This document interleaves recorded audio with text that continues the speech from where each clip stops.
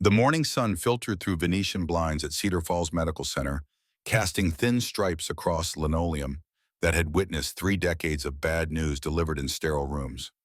Raymond Sullivan sat in the examination chair, his 81-year-old frame thinner than the Marine uniform hanging in his closet would accommodate.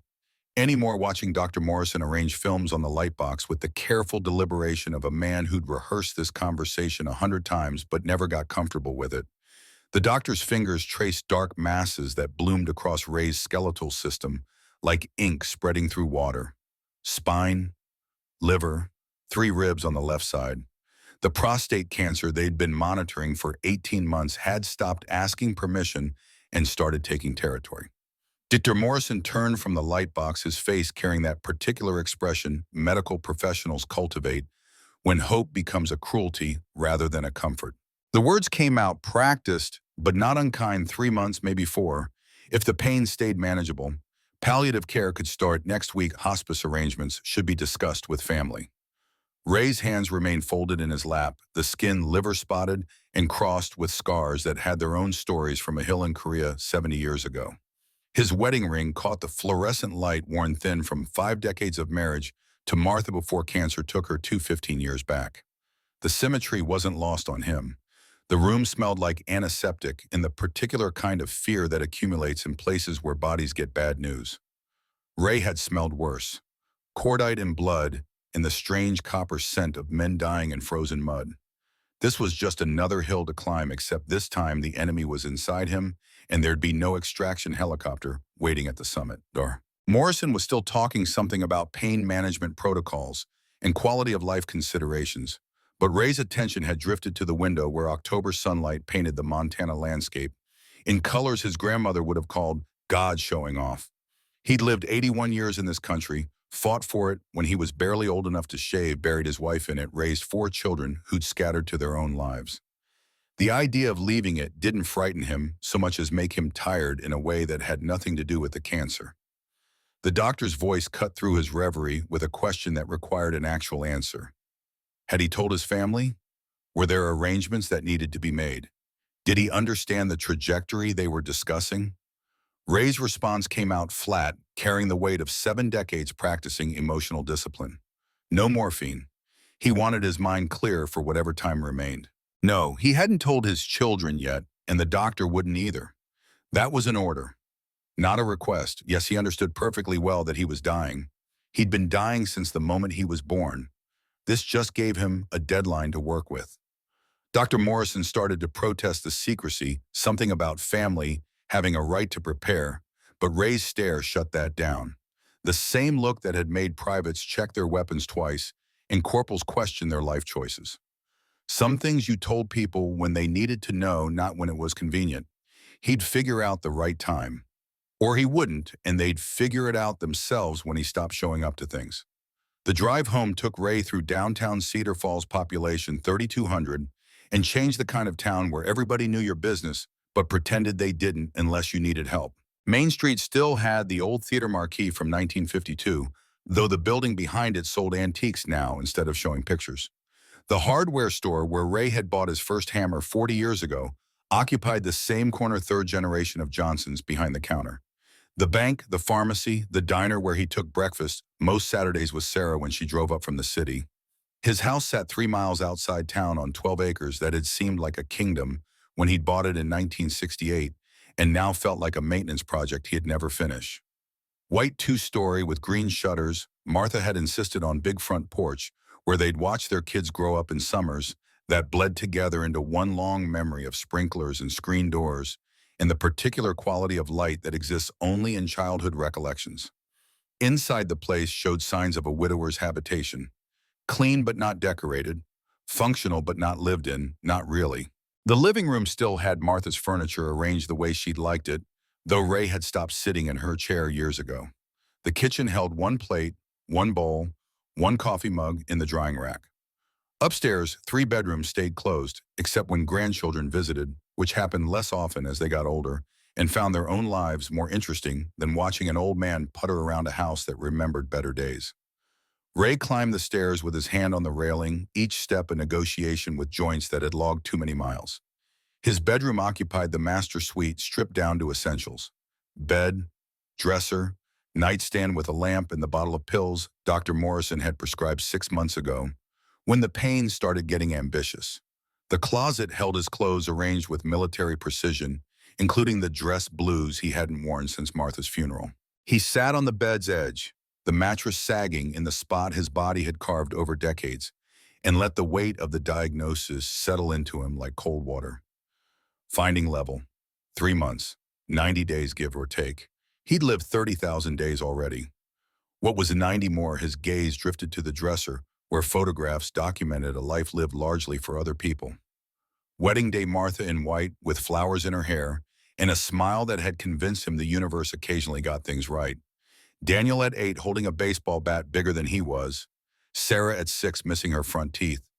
The two younger kids whose names he sometimes had to work to remember in the right order when he was tired. Grandchildren in various stages of growth, faces that shifted and changed between visits until he sometimes wasn't sure which child belonged to which parent. And buried in the back underneath insurance papers and old tax returns, the photographs from Korea. Black and white images of young men who thought they were invincible right up until they learned otherwise. Ray at 1970 pounds heavier with muscle and baby fat standing next to Tommy Chen in front of a bunker on Porkchop Hill. Both of them grinning like they were on vacation instead of 3 days away from an artillery barrage that would reduce their unit by half and end Tommy's life in a way that still woke Ray up sometimes even 70 years later. Tommy Chen. The name still carried weight. The debt still sat unpaid despite 7 decades of interest accumulating. Ray had tried after the war track down Tommy's widow Lily through Marine Corps records, but she'd remarried quickly, a defense contractor named Morrison, who'd adopted Tommy's son Robert, and given the family a fresh start that apparently didn't include uncomfortable reminders of the first husband who'd died overseas. Ray had sent one letter. It came back marked "Return to Sender." He'd tried twice more over the years, but the Chens had vanished into America's vast anonymity, protected by new names and geographic distance from a past they'd chosen to leave behind. Ray opened the bottom drawer and pulled out the metal lockbox that held his important papers. Birth certificate, discharge papers, Martha's death certificate, which he could never quite bring himself to file away properly. And beneath those, sealed in a plastic bag, a letter he'd written 10 years ago and never found the courage to send.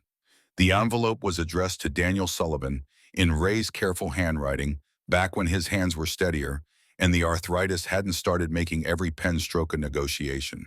He'd written it the night after their last real conversation, the one where Daniel had announced he was leaving the Army after 8 years, and Ray had said things he'd regretted before the words finished leaving his mouth. Things about duty and Sullivan family tradition and what it meant to quit something you'd started. Things that had put a wall between them that neither man knew how to climb. The letter was an apology, though Ray had trouble with that word, even written down where nobody could hear him say it. 3 pages explaining what he'd been too proud or too stupid or too something to say out loud, that he'd been wrong, that he'd judged Daniel through the lens of his own fears and failures, that he'd wanted his son to be a better Marine than Ray had been, and in that wanting had forgotten to let Daniel be himself, that he was proud of the man his son had become, even if it wasn't the man Ray had expected him to be. 10 years that letter had sat in the drawer undelivered. Ray had taken it out dozens of times, held it up to the light, traced his own words with fingers that shook slightly from something that wasn't age. Each time he'd convinced himself tomorrow would be better for sending it. Tomorrow he'd feel braver. Tomorrow the words would land right instead of wrong. Tomorrow the distance between them wouldn't feel quite so much like an ocean. He was too tired to swim.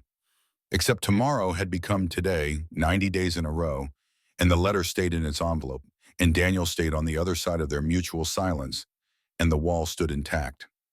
Ray slid the letter back into the lockbox and closed the drawer. 3 months, maybe 4. That changed the math on tomorrow. His phone buzzed with a text message, the ringtone Martha had programmed before she died because she thought it was funny. Sarah's name appeared on the screen, with news delivered in her particular style of aggressive optimism. "Dad. Good news, Daniel agreed to come to breakfast tomorrow. First time in 10 years. Please don't screw this up." Ray stared at the message long enough that the screen dimmed. Daniel, breakfast, tomorrow. The universe occasionally had a sense of timing that felt less like coincidence and more like a test you hadn't studied for. He typed back with the slow deliberation of someone who'd learned technology late, and reluctantly, "I'll be there." What time Sarah's response came instantly, the way young people's messages always did, like they'd been born with phones in their hands. 8 a.m. Crystal's Diner. And Dad? Be nice, he's trying. Ray didn't respond to that because what was there to say? Of course he'd be nice, he was always nice. Civility was easy, connection was hard. The gap between those two things had swallowed his relationship with his son somewhere around 2014 and never given it back. He stood from the bed, joints protesting, and walked to the closet. The dress blues hung in the back wrapped in plastic from the dry cleaner, waiting for the kind of occasion that required a man to put on his history and wear it like armor. Martha's funeral, Daniel's wedding before the divorce, Sarah's husband's military promotion ceremony. Moments when Ray needed to remember who he'd been before age and time, and accumulated regrets had worn him down to someone who spent most days deciding whether getting out of bed was worth the effort. The uniform still fit mostly, shoulders a little loose where muscle had surrendered to time, waist actually tighter than it used to be, cancer's appetite, apparently extending to Ray's appetite. But the medals were all there arranged in proper order. Purple Heart, Silver Star he'd never told his kids about because heroism felt less impressive when you remembered you'd been terrified the whole time. Korean Service Medal. The rest of them, brass and ribbon, testifying to the fact that Raymond Sullivan had shown up when called and done what needed doing and somehow survived to become old enough that survival itself felt like the real achievement. He left the uniform in its plastic and closed the closet door. Tomorrow would be difficult enough without dressing like he was already attending his own funeral. The evening passed the way his evenings usually did, microwave dinner eaten at the kitchen table with a book he wasn't really reading, television news that depressed him, shower in bed by 9 because staying up late when you lived alone felt pointless. The pills on his nightstand promised 4 to 6 hours of sleep if he was lucky, 2 to 3 if the cancer decided to remind him who was in charge. He took them dry, turned off the light, and lay in the darkness, listening to the house settle around him. Sleep came eventually, though it brought dreams that were less rest and more archaeological expedition through memory. Korea again, always Korea. The hill they'd called Pork Chop because some general somewhere had thought geographic nomenclature should be whimsical. The bunker he'd shared with Tommy Chen and 3 other Marines whose names Ray couldn't remember anymore, though he still saw their faces sometimes when he closed his eyes. The dream followed its usual script. Chinese artillery coming in waves, the sky lighting up like something biblical. Rounds landing close enough to fill the bunker with dust and the smell of high explosives. Tommy checking ammunition counts, his hand steady, even though his voice shook when he spoke. The moment when the grenade came arcing through the bunker entrance, lazy and inevitable as death itself. Tommy's eyes meeting Ray's in the second before he threw himself onto it. The explosion that Ray felt more than heard, the pressure wave that drove the air from his lungs, the ringing that lasted 3 days afterward. And Tommy's body torn open in ways that made Ray understand why some soldiers came home and never talked about what they'd seen. The blood, the smell, the particular weight of a friend's corpse when you tried to drag it somewhere safe, even though safe didn't exist anymore, and the body didn't care. Ray jerked awake at 3 a.m., heart-hammering sheets damp with sweat that had nothing to do with room temperature. The nightmare clung to him like smoke, refusing to dissipate even when he turned on the lamp and forced his eyes to focus on the bedroom's familiar geography.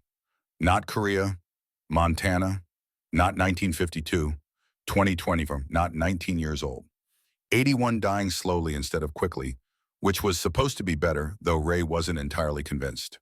He got up, took another pill, even though Dr. Morrison's instructions said wait 4 hours minimum between doses, and went downstairs to wait for sunrise. The living room's big window faced east, offering a view of mountains that predated America by millions of years and would outlast it by millions more. Ray sat in his chair, not Martha's, never Martha's, and watched the sky transition from black to gray to the particular shade of October blue that made Montana worth the winters. His phone showed 6 a.m. when he finally dragged himself upright and started the process of becoming presentable enough for public consumption. Shower, shave, though his hands shook enough that he nicked himself twice and had to hold tissue paper to his jaw until the bleeding stopped. Clothes chosen with the same care he'd once applied to inspecting weapons, Clean jeans, flannel shirt. Martha had bought him 5 Christmases ago. The Korean War veteran jacket he wore like a second skin because it told the world who he was in case he forgot. The drive into Cedar Falls took 20 minutes through country that was slowly surrendering to development. New houses sprouting on what used to be rangeland. A Walmart where cattle used to graze. Progress, they called it, though. Ray wasn't sure progress meant the same thing to everyone. He'd grown up in a world where you knew your neighbors and borrowed tools and waved at strangers. Now people lived behind fences and security systems, and the kind of suspicion that came from watching too much news about how dangerous everything had become. Crystal's Diner occupied a corner lot on Main Street, its neon sign proclaiming good food since 1982, in letters that buzzed even in daylight. The building had weathered 4 decades of economic cycles and changing ownership, but the bones remained the same: red vinyl booths, black and white, checkered floor counter, with swivel stools where farmers discussed wheat prices and weather with the authority of men whose livelihoods depended on both. Betty Morgan owned the place now, 68 years of life experience etched into a face that had learned to smile through disappointments. Her husband had died in 1968, Marine lieutenant who'd walked into an ambush outside Hugh City and never walked out. Betty had kept his photograph behind the register for 42 years, young and proud, in dress blues frozen at an age she'd long since passed. She'd raised 2 daughters alone, worked 3 jobs, bought the diner in 1989, and made it into the kind of place where people came not just for food, but for the feeling that someone remembered their name and cared whether they showed up. She greeted Ray at the door with the easy familiarity of someone who'd served him coffee every Saturday for a decade. Early today, Ray. Big plans, family breakfast. My son's coming.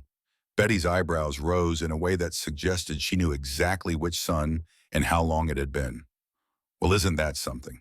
Your usual booth, please. The booth by the window had been Ray's spot since 1982, the year Martha had dragged him in here, insisting the pancakes were worth the drive. She'd been right about that, though she'd been right about most things. The vinyl had been replaced twice, but the view remained constant. Main Street stretching north toward the mountain storefronts that changed hands and purposes, but kept their architecture. The crosswalk where he'd taught Daniel to ride a bicycle 30 years ago. Linda Parker appeared with coffee and a patience that came from 15 years of waitressing. She was 54, divorced, raising a grandson because her daughter had made choices that required grandparents to step in and do the work all over again. Ray knew this because Crystal's was the kind of place where you learned people's stories whether you asked or not, where tragedy and triumph got discussed over scrambled eggs, and everyone pretended not to listen while remembering every word. She poured his coffee without asking, the gesture automatic and oddly comforting. Sarah coming today, and my son, Daniel. Linda's smile suggested she knew that name carried complications. That's wonderful, Ray. Family's important. Ray wrapped his hands around the mug and let the heat sink into joints that ached regardless of temperature. Through the window, Cedar Falls was coming awake: pickup trucks, parallel parking store owners, unlocking doors, the Saturday morning rhythm of a town that had survived economic collapse and population loss by stubbornly refusing to die. His grandparents had homesteaded 40 miles north in 1911. His parents had built a life here when that meant something different than it did now. He'd raised his children here, buried his wife here, and would be buried here himself in about 90 days if Dr. Morrison's math held up. The thought didn't frighten him as much as it probably should have. Death was just the hill you climbed when all the other hills were behind you. He'd made peace with that in Korea, watching Tommy Chen's blood soak into frozen ground. Every day after that had been borrowed time interest, accumulating on a debt he'd never figured out how to repay. Sarah arrived at 7:45, 15 minutes early because she'd inherited Martha's inability to be late for anything. She slid into the booth across from him, 49 years old, but still recognizable as the 6-year-old who'd climbed into his lap during thunderstorms and made him promise the lightning wouldn't get them. Elementary school teacher, now divorced 5 years back from a husband Ray had never particularly liked, but had kept his opinions about to himself because that's what fathers did. 2 kids of her own, teenagers, navigating the particular hell of high school in an era where everything was documented and nothing was forgotten. She studied his face with the intensity of someone cataloging damage. You look tired, Dad. Are you sleeping? Well enough. Have you been to the doctor lately? You look thin. The lie came easily because he'd been practicing it for 3 months. Just a checkup last week. Everything's fine, don't fuss. Sarah's expression suggested she didn't believe him, but had learned not to push. The Sullivan family crest should have been a closed door with no welcome mat. She changed the subject to safer territory. Emma made the volleyball team. Rachel's applying to colleges, though. God knows how we'll pay for it. Work is work. Too many students and not enough hours to teach them properly. Ray listened and made appropriate sounds while his attention drifted to the door waiting for the figure who might or might not show up. Daniel had agreed to come, but agreement and attendance were different things. 10 years was a long time to hold a grudge or a hurt or whatever name you gave the space between fathers and sons when words failed and silence took over. 8 a.m. arrived with no Daniel, then 8:05, 8 to 10. Sarah checked her phone with increasing frequency. He said he was coming. He promised. Traffic probably, it's fine. But it wasn't fine and they both knew it. Each minute that passed felt like confirmation that some wounds didn't heal. Just because you wanted them to, that broken things stayed broken, that Ray's last chance to fix this might be slipping away while he sat in a diner drinking coffee that had gone cold. The door swung open at 8:17 and Daniel Sullivan walked in carrying a decade of distance like a weight he couldn't set down. 52 years old, 6'2", shoulders broadened by construction, work arms covered in tattoos that told stories Ray had never been invited to hear. He wore jeans and a black t-shirt and a leather vest that proclaimed him president of the Iron Brotherhood Motorcycle Club, patches arranged with military precision because some habits never died. He spotted them in the booth and hesitated just a fraction of a second, but long enough that Ray saw the uncertainty. Then he straightened and walked over with the kind of controlled confidence that comes from leading men who've seen combat and don't follow just anyone. Their eyes met across 3 feet of distance that might as well have been 3 miles. Pop, son. An entire conversation happened in that pause, years of missed birthdays and unanswered phone calls, and things said in anger that couldn't be unsaid. Then Daniel slid into the booth next to Sarah, and the three of them sat in awkward silence, while Linda approached with fresh coffee and a tactful retreat. Sarah tried to fill the void with cheerful updates. Nobody particularly wanted Rachel's college applications, Emma's volleyball, her own job. Stress, Daniel nodded at appropriate moments, but his attention stayed on Ray, cataloging damage the same way Sarah had. The weight loss, the pallor, the way Ray's hands shook slightly when he lifted his coffee mug. You look different, Pop, just getting old. Happens to everyone, not like that. Are you sick?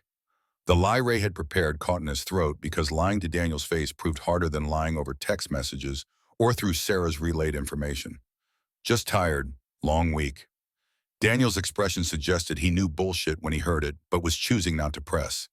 Another piece of Sullivan family tradition, pretending problems didn't exist until they became too big to ignore. The silence stretched until Sarah couldn't stand it anymore. Dad has something he wants to tell you, Daniel. Ray shot her a look that should have ignited her hair, but Sarah had inherited his stubbornness along with his eyes. She stared back with the expression of someone who decided this breakfast was happening, whether anyone liked it or not. Ray's hand went to his jacket pocket, where the letter sat folded into quarters, carried here with the vague intention of handing it over and letting 10 years of unsaid things finally get said. But pulling it out required a kind of courage he couldn't quite locate at 8:20 on a Saturday morning, with his son's careful attention making him feel seen in a way he'd spent a decade avoiding. Before he could decide, the diner's atmosphere changed. 3 young men crashed through the entrance with the aggressive energy of people who'd decided the world owed them attention and they were here to collect. Late 20s moving with the twitchy alertness of methamphetamine or anger, or both. The one in front, tall, lean, wearing defiance-like armor, scanned the room with eyes that had learned to look for weakness. They commandeered a booth near the center, their voices carrying across the diner's morning quiet, demanding service before they'd fully sat down. Linda approached with menus, and her professional waitress smiled, the one that said she'd dealt with worse and survived. The tall one grabbed the menus without thanks, his attention already elsewhere. His 2 friends settled in with the pack mentality of people who'd bonded over shared bad decisions. Their conversation carried profanity loud enough to make the elderly couple at the counter shift uncomfortably. Ray tried to ignore them, refocusing on Daniel and the letter burning a hole in his pocket, and the approximately 89 days he had left to fix 10 years of damage. But his attention kept drifting back to the 3 young men, to the way they treated Linda like furniture, when she brought water to the casual cruelty that people inflicted on service workers because they could.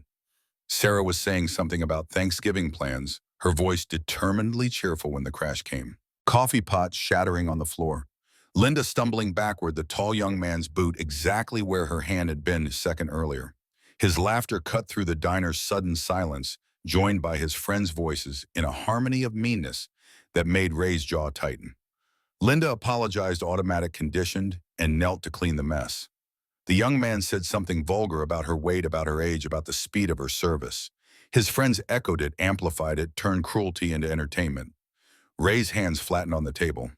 Sarah's voice cut through his rising anger. "Dad, don't." But Daniel wasn't looking at Ray.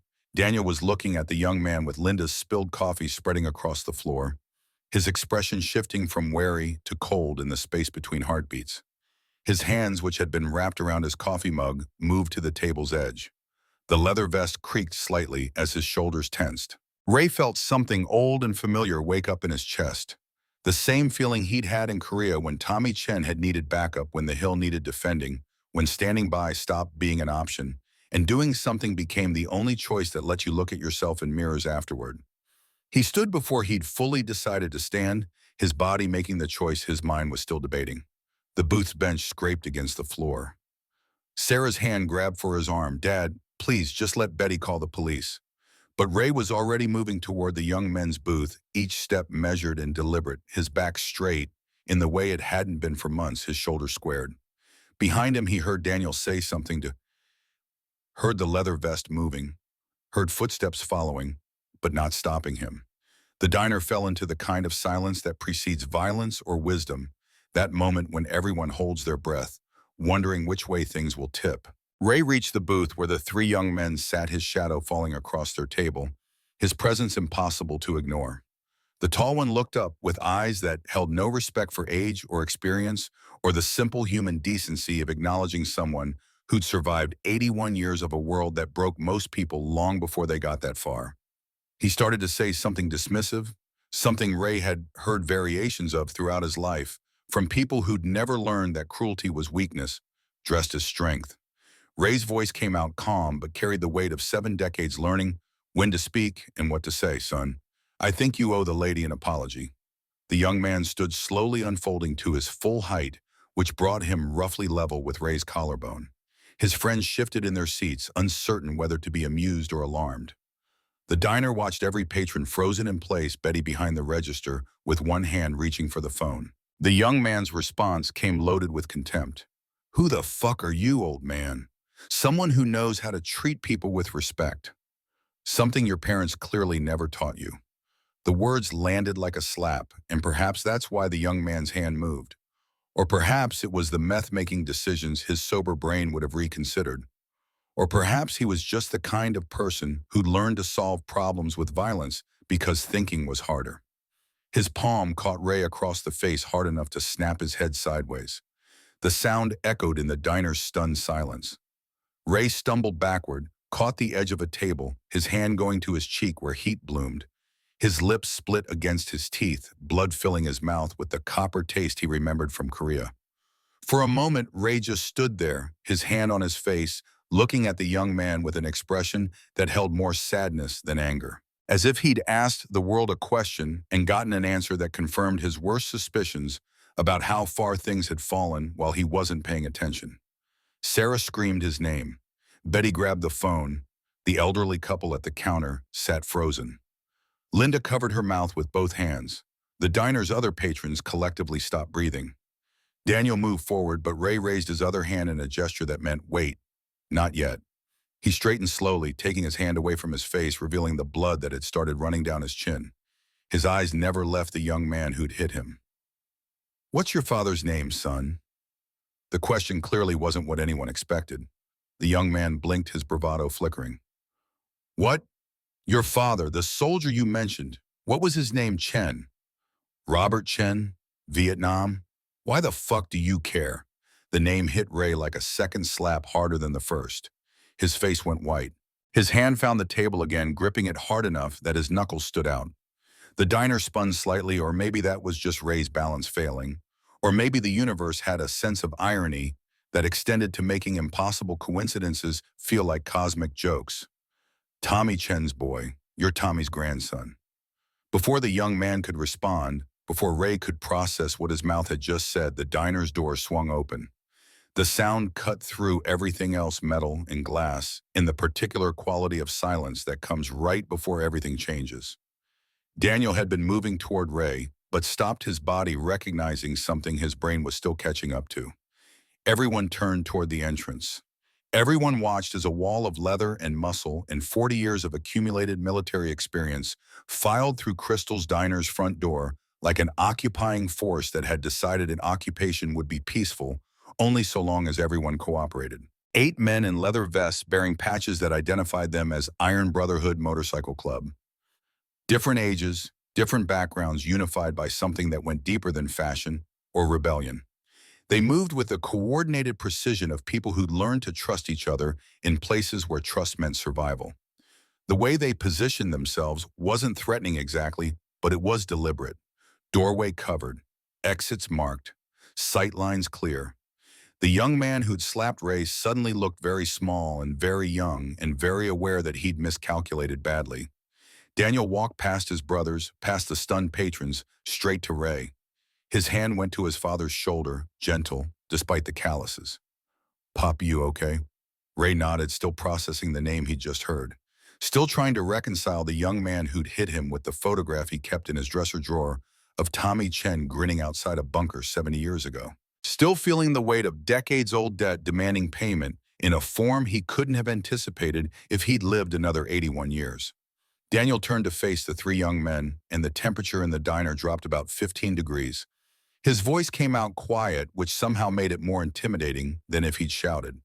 "Do you know who you just hit?" The young man who'd slapped Ray tried to muster defiance, but it came out weak. "Some old guy who, that's my father, Raymond Sullivan. He's 81 years old. 70 years ago, he was 19 and scared and thousands of miles from home, fighting in a war. So people like you could grow up free and safe and have the right to be as stupid as you're being right now." The 2 friends shifted uncomfortably. Betty had put the phone down but kept her hand near it. The motorcycle club brothers stood silent, as monuments, their presence enough of a statement that words would have been redundant. Daniel continued, his voice never rising but somehow filling every corner of the diner. He spent his whole life treating people with respect. Raised 4 kids by himself after my mother passed. Worked 2 jobs and never complained. Volunteers at the VA hospital every Tuesday, helping other veterans who are struggling. And you just slapped him because he asked you to apologize for being rude to a waitress. One of the friends looked down at his shoes, the other swallowed hard. Reality was setting in the way it does when bravado meets consequence and discovers the exchange rate isn't favorable. The young man who'd done the slapping seemed to be having some kind of internal crisis, his face cycling through emotions faster than he could process them. The meth making things worse, probably. And or better depending on your perspective and whether clarity during catastrophe counted as improvement. The diner door opened again and Sheriff Tom Braddock walked in with the slow measured pace of someone who'd responded to enough calls at Crystal's over the years to know that rushing usually made things worse. 55 years old former Army MP, wearing the kind of authority that came from actually earning it rather than just pinning it to a uniform. He took in the scene with practiced efficiency. Ray bleeding Daniel, standing protective, 3 young men who looked like they regretted their life choices. 8 motorcycle club members who technically weren't breaking any laws, but also weren't not making a statement. Betty behind the register. Linda still kneeling by the spilled coffee. Every patron in the place frozen like extras in a movie waiting for the director to yell cut. Braddock's attention settled on Ray. "You want to tell me what happened here?" And that's when the back door crashed open. That's when Victor Reyes walked in with 4 men whose body language suggested they were comfortable with violence in a way that went beyond recreational. That's when Saturday morning breakfast at Crystal's Diner became something that would get talked about in Cedar Falls for years afterward, the story growing and changing with each retelling until nobody quite remembered what had actually happened versus what made a better narrative. Victor Reyes was 40 years old and looked like 50, the kind of weathering that came from life decisions that accelerated aging. He moved with the careful control of someone who knew he was dangerous and wanted everyone else to know it too. His eyes scanned the room, cataloged threats, dismissed most of them, and landed on the young man who'd slapped Ray. "There you are, Brennan. Been looking everywhere." The young man Brennan, apparently Tommy Chen's grandson, carrier of debts he didn't know existed, went pale. His friends looked like they wanted to disappear. The motorcycle club brothers shifted positions, subtly flanking, without making it obvious they were flanking. Victor's attention moved to Daniel, to the patches on the leather vest, to the 8 men who'd spread out across the diner in a formation that wasn't accidental. Iron Brotherhood. Since when does Tyler Brennan have friends? Daniel stepped forward, placing himself between Victor and Ray, between Victor and Tyler, between whatever was about to happen and the people who didn't need to be involved. His voice stayed level. "What's your business here?"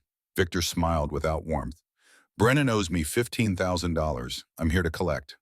Tyler's voice cracked when he spoke. "Victor, please, I just need a few more days." Victor pulled a gun from his waistband, not pointing it at anyone specifically, but making its presence known. The universal language of negotiations backed by the threat of violence. "No more days. You pay now or I start shooting people you care about." He gestured with the gun, casual and terrifying old man who just got slapped. "This pretty girl." "The waitress." "How about the old lady at the register?" Sheriff Braddock's hand moved toward his own weapon, but stopped, the math not working out in his favor. One sheriff, 4 armed men, a diner full of civilians. Betty's hand moved toward the phone again, but froze when one of Victor's men shook his head slowly. Ray stood, blood still running down his chin, his balance questionable, but his voice steady. "Put the gun away, son. Nobody's dying in Betty's diner." Victor laughed, the sound carrying genuine amusement. "Who the fuck are you, old man?" "Someone who's already dying. So your threats don't scare me." The statement landed in the diner's charged silence like a stone dropping into still water ripples spreading outward. Sarah made a small sound. Daniel's head turned sharply. The motorcycle club brothers exchanged glances. Even Victor's certainty wavered. "Dying cancer, 3 months, maybe less. So you can shoot me if you want, but you'll be killing a dead man. Doesn't seem worth the bullet." Ray took a step forward, his body swaying slightly, but his gaze locked on Victor's face. "But before you do, answer one question. What's your father's name?" Victor's expression shifted, confusion cutting through the aggressive certainty. "What's your father? I'm guessing he's the reason you're angry at the world. What was his name?" "Victor Reyes Sr." "Marine, what's it to you? Marines don't raise cowards who threaten old women and waitresses." "Your father would be ashamed." The gun moved now, pointed directly at Ray's chest. Betty gasped. Sarah moved to stand, but Daniel caught her arm. The motorcycle club brothers tensed but held position, waiting for a signal that hadn't come yet. Victor's voice came out tight with rage. "Don't you talk about my father." Ray didn't flinch, didn't step back, didn't acknowledge the weapon aimed at his heart. "Your father served his country, probably saw things that broke him, probably came home to a system that failed him. I see it every Tuesday at the VA. Good men destroyed by bureaucracy and neglect. Is that what happened?" The question hung in the air between them, weighted with the kind of truth that made people uncomfortable because it required honest answers. Victor's face worked through emotions, the gun's barrel wavering slightly. Betty's voice cut through the tension, calm, and carrying the authority of someone who'd owned this space for 42 years. "Sheriff, I'm calling the police now." Braddock nodded. "Everyone stays calm. Victor, you put that weapon down right now or this ends badly for everyone." Victor's attention snapped to Tyler. "You caused this. You made me come here. You made me." Tyler spoke up, his voice shaking but audible. "Victor, wait. That old man, his name is Ray Sullivan. Ask him about Tommy Chen." Victor's confusion deepened. "Who the fuck is Tommy Chen?" "My grandfather. He died in Korea, saved Ray Sullivan's life." Victor lowered the gun slightly, looking at Ray with new attention. "Is that true?" "It is. Tommy Chen was the bravest man I ever knew, and this boy is his grandson."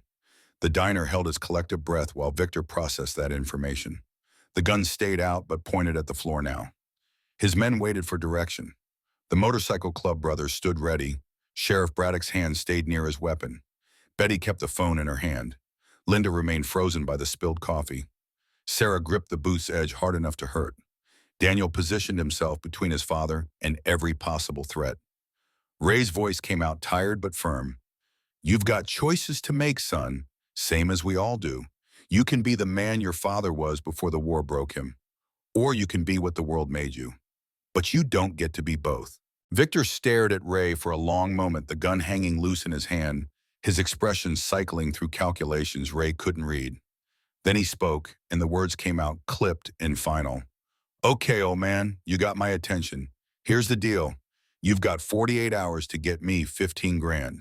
If not, I kill Brennan, I kill you, and I burn this whole fucking diner down. Clock starts now. He turned and walked toward the back door, his men following. Before exiting, he looked back at Ray one more time. 2 days, viejo. Don't make me come back. The door closed behind them. The diner erupted into chaos, voices overlapping, people standing. Betty actually calling the police now. Linda finally getting up from the floor. Daniel's hands were on Ray's shoulders, checking him over, his voice rough with emotion Ray couldn't quite name. And Ray stood in the center of it all, blood drying on his chin, his letter to Daniel still undelivered in his pocket, Tyler Brennan's eyes meeting his across the diner with a mixture of shame and confusion, and something that might have been recognition. Tommy Chen's grandson, 70 years of debt, 48 hours until Victor Reyes made good on his threat. Daniel finally willing to talk after a decade of silence. 3 months to live turning into 3 days if things went wrong. Ray's hand went to his jacket pocket, felt the letter there, and made a decision. Tomorrow he'd give Daniel the apology. Today he'd figure out how to save Tommy's grandson from the consequences of choices that probably made more sense when you were high on meth and didn't understand that actions had costs that came due eventually. The room spun slightly. Ray's knees decided they'd been holding him up long enough and would like to renegotiate their contract. Daniel caught him before he hit the floor.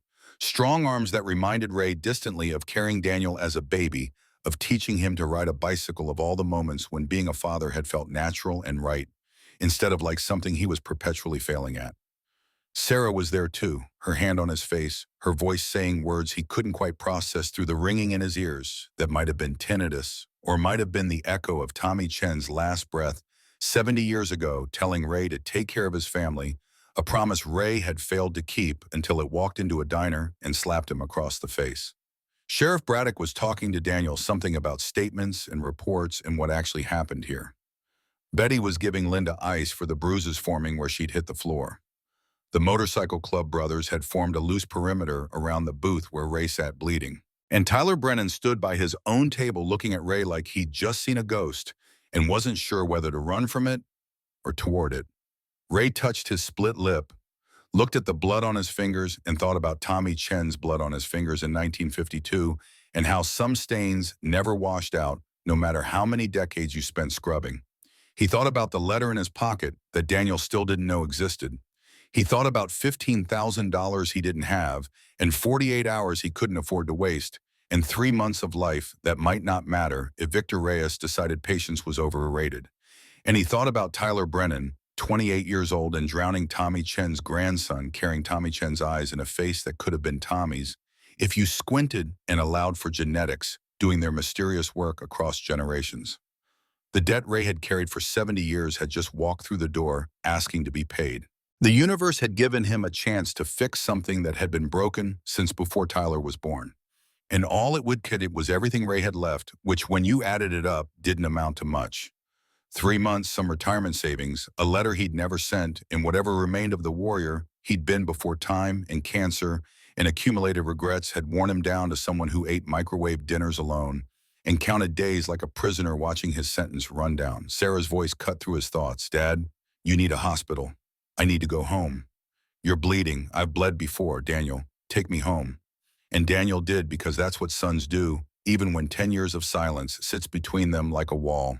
Neither one has figured out how to climb. They walked out of Crystal's diner into October sunlight that felt too bright and clean for what had just happened, leaving behind a crime scene that wasn't quite a crime scene, and a community that would spend weeks trying to figure out what they'd witnessed and what it meant. Ray sat in Daniel's truck, some American make he didn't recognize, diesel engine, leather seats worn from use, and watched Cedar Falls pass outside the window.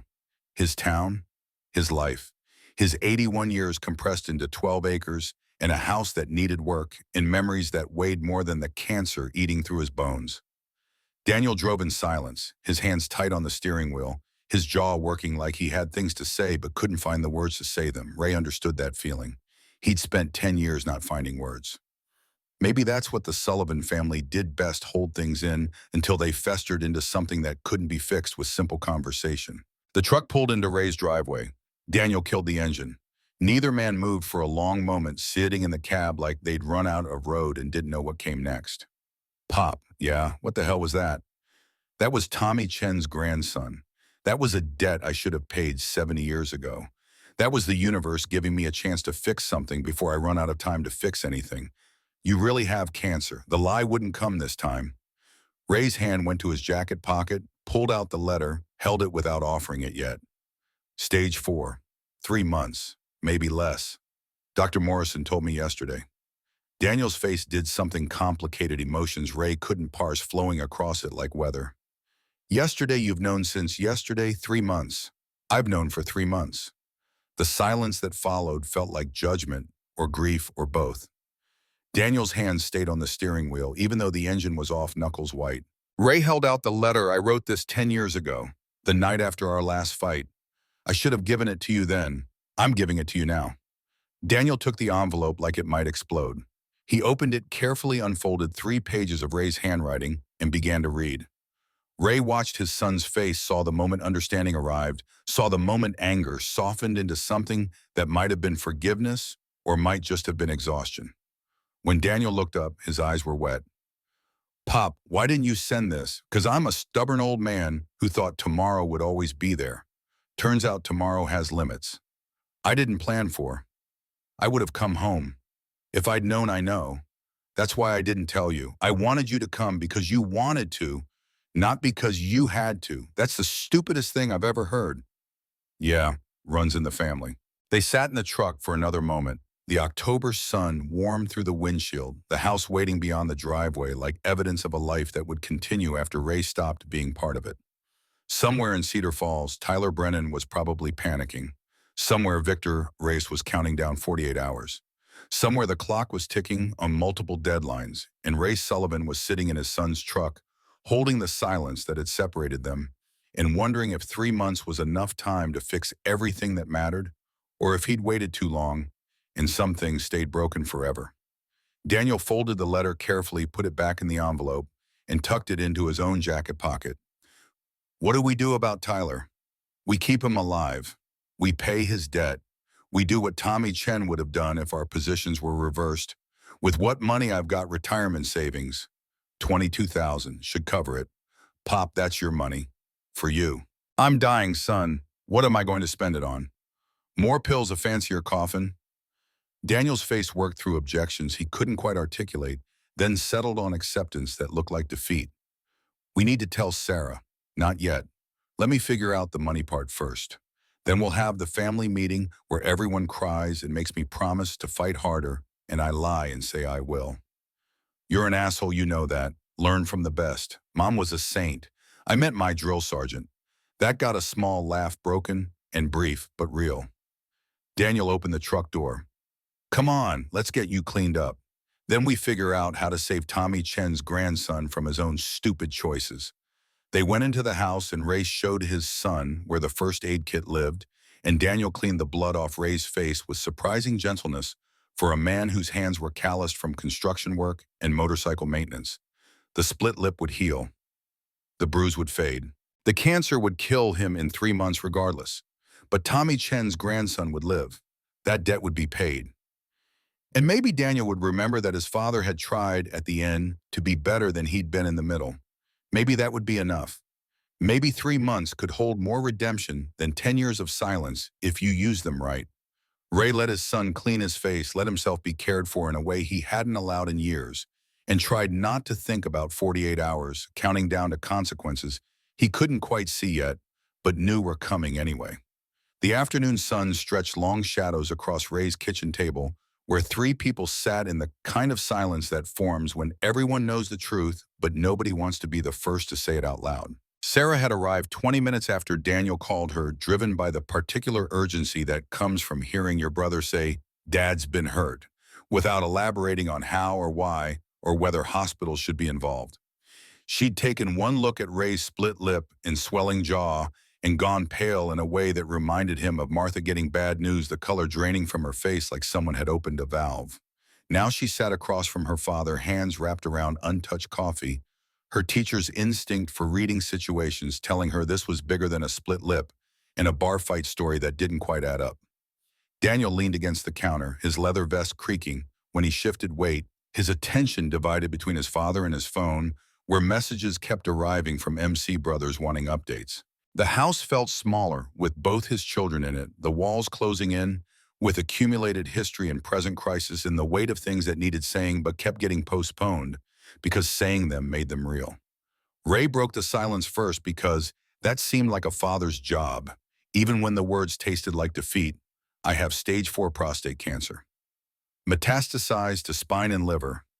Dr. Morrison says 3 months, maybe 4. No treatment options worth the side effects. I'm not doing chemo or radiation. I'm just going to let it run its course. Sarah's coffee cup hit the table hard enough that liquid sloshed over the rim. Her mouth opened and closed twice before sound came out, and when it did, her voice carried the sharp edge of betrayal. How long have you known? 3 months. 3 months, 3 months, and you didn't tell us. I'm telling you now. That's not Daniel. Did you know? Found out this morning, same time as you. Sarah stood abruptly, her chair scraping against linoleum, her hands moving in gestures that had no destination. She paced to the window, stared out at the yard where she'd played as a child, turned back with tears running down her face and fury in her voice. What gave you the right to keep this from us? We're your children. We deserve to know when our father is dying. Ray met her anger with the calm that came from having already fought this battle in his own head and lost. You deserve to have 3 more months without that weight. I gave you that. You're welcome. Don't you dare, Sarah's voice cracked. Don't you dare make this about protecting us. We're not children anymore. You don't get to decide what we can handle. Apparently I do, since I'm the one dying and you're not. The cruelty in that statement landed exactly how Ray intended, shutting down Sarah's protests with the blunt reality that his death belonged to him in a way their grief didn't. He watched his daughter process that, saw the moment she recognized she was arguing about something she'd already lost, saw her fall back into the chair with her face in her hands. Daniel's voice came from the counter, quieter than Sarah's, but carrying its own weight. Pop's got a point. Shitty point, but a point. He gets to die how he wants. We just have to deal with it. I don't want to deal with it. I want him to fight. Nothing to fight. Cancer's already won. I'm just waiting for the final score. Sarah looked up with red eyes and the kind of determination that had gotten her through single parenthood and divorce and teaching 33rd graders every year, despite budget cuts that made her pay for supplies out of pocket. There are trials, experimental treatments. I can research, Sarah. Ray's voice carried enough finality to stop her mid-sentence. I'm 81 years old. I've had a good run, better than most. Tommy Chen died at 20. Your mother made it to 66. I'm getting bonus time at this point. I'm not spending it in hospitals being poisoned by chemicals that might buy me an extra month of feeling like shit. The kitchen fell silent except for the wall clock ticking away seconds that suddenly felt more valuable than they had that morning. Daniel pushed off from the counter and sat down at the table, his massive frame making the chair look delicate. Okay, 3 months. What do you want to do with them? Mage almost smiled. Leave it to Daniel to cut through emotion and get to tactics. The Army had trained that into him, or maybe he'd always been that way, and the Army had just refined it. Save Tyler Brennan. Pay his debt. Keep Victor Reyes from burning down Betty's diner or killing anyone I care about. Sarah wiped her eyes with the back of her hand. Who the hell is Tyler Brennan? Tommy Chen's grandson. That stopped her. Ray watched understanding bloom across her face as she connected dots between the stories he'd told over decades, Korea Porkchop Hill, the friend who'd saved his life, and the present crisis she'd walked into. The kid who hit you. He's Tommy's grandson. Didn't know it when he hit me. Didn't know I existed. But yeah, Tommy Chen's blood, Robert Chen's son, 28 years old and drowning in meth addiction and debt to a drug dealer who will absolutely make good on his threats. Daniel pulled out his phone, started typing, I'll call a meeting. MC Brothers can scrape together maybe 10 grand between us. Still short 5,000. I've got my retirement savings. 22,000. More than enough to cover it. Sarah's head snapped up. Dad, no. That's your money. For emergencies, for I'm dying. This is the emergency. What else am I going to spend it on your care? Comfort, Sarah's voice cracked again. Things that make the next 3 months bearable. Keeping Tommy's grandson alive makes it bearable. Everything else is just waiting. The argument Sarah wanted to make died on her lips because what could she say to that? How did you tell a dying man that his priorities were wrong when his time had already run out? She looked at Daniel for backup, but Daniel was studying their father with an expression Ray couldn't quite read. Pop, Daniel's voice came out careful like he was approaching a spooked horse. This kid Tyler, you don't owe him anything. Tommy died 70 years ago. His debt's been paid 1,000 times over in how you lived your life. Ray's hand went flat on the table. I owe Tommy everything. Every morning I woke up after April 16th, 1952, was time he bought for me with his body. Every meal I ate, every sunset I saw, every time I held your mother, every moment I spent being your father, Tommy paid for all of it. You want to tell me that debt expires? You want to tell me I shouldn't spend my last 3 months paying back even a fraction of what he gave me? The kitchen held that for a moment. Then Daniel nodded once, sharp and decisive. Okay, we saved Tyler. How Victor wants 15,000 in 48 hours. Ray tapped the table. I withdraw my savings Monday morning when the bank opens. We arrange a meeting. We pay. We make it clear Tyler's debt is settled and Victor leaves him alone. And if Victor decides 15 isn't enough, if he wants interest, if he sees an old man with 22 grand and decides to take it all, then you boys make sure that doesn't happen. Daniel's expression went cold in a way Ray recognized from his own mirror 30 years ago, back when he could still muster that particular brand of controlled aggression. Pop, if this goes bad, people are going to get hurt. Victor's not some punk. He's connected. Cartel money, probably. You pay him, you're on his radar. He'll come back. Let him. I'll be dead in 3 months. What's he going to do? Kill me faster? He could kill Sarah. He could kill Tyler. He could burn down your house with you in it. Ray met his son's eyes. That's why I need the Iron Brotherhood. That's why I'm asking you to stand with me on this. One last mission. Father and son, keep Victor honest long enough for Tyler to get clean and get gone. Sarah stood again, this time with purpose instead of distress. I'm calling Mike and Tom. Your other children deserve to know what's happening. Ray raised a hand. Not yet. Let me do this first. Let me save Tommy's boy. Then we'll have the family meeting where everyone falls apart and I have to comfort people about my own death. But not yet. Dad, please, honey, give me 48 hours to fix this. Then you can tell the whole family and we'll have the crying and the hospice discussions and all the things that come with dying properly. But right now I need to focus on keeping a 28-year-old kid alive long enough for him to figure out his grandfather was a hero, and maybe that means something. Sarah looked at Daniel. Daniel looked at Ray. The silence stretched until Sarah broke it with a sound that was half laugh, half sob. You're the most stubborn man I've ever met. Comes with the territory. Marines don't surrender. We just advance in a different direction. You're not a Marine anymore. You're a dying old man who got slapped by a junkie and is now planning to give your life savings to a drug dealer. Sounds about right. This is insane. Probably. Ray stood his joints protesting. But it's my kind of insane. You two can help or you can get out of the way. Either option's fine. But I'm doing this. Daniel stood too. I'm in. MC will back you. But Pop, we do this smart. No cowboy shit. We plan it out. We make sure everyone walks away except me. I don't walk away from anything anymore. 3 months, remember? You know what I mean. Ray did know. He also knew that 48 hours from now, things would probably go sideways in ways none of them anticipated, because that's how plans worked perfectly on paper, catastrophically in practice. But Tyler would live. That mattered. That was the only thing that mattered once you stripped away everything else. Sarah grabbed her keys. I'm going home. I need to think.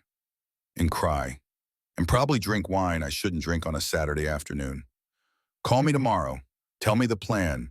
I'll probably hate it, but I'll help anyway because apparently we Sullivans are all stubborn idiots who make terrible decisions for noble reasons.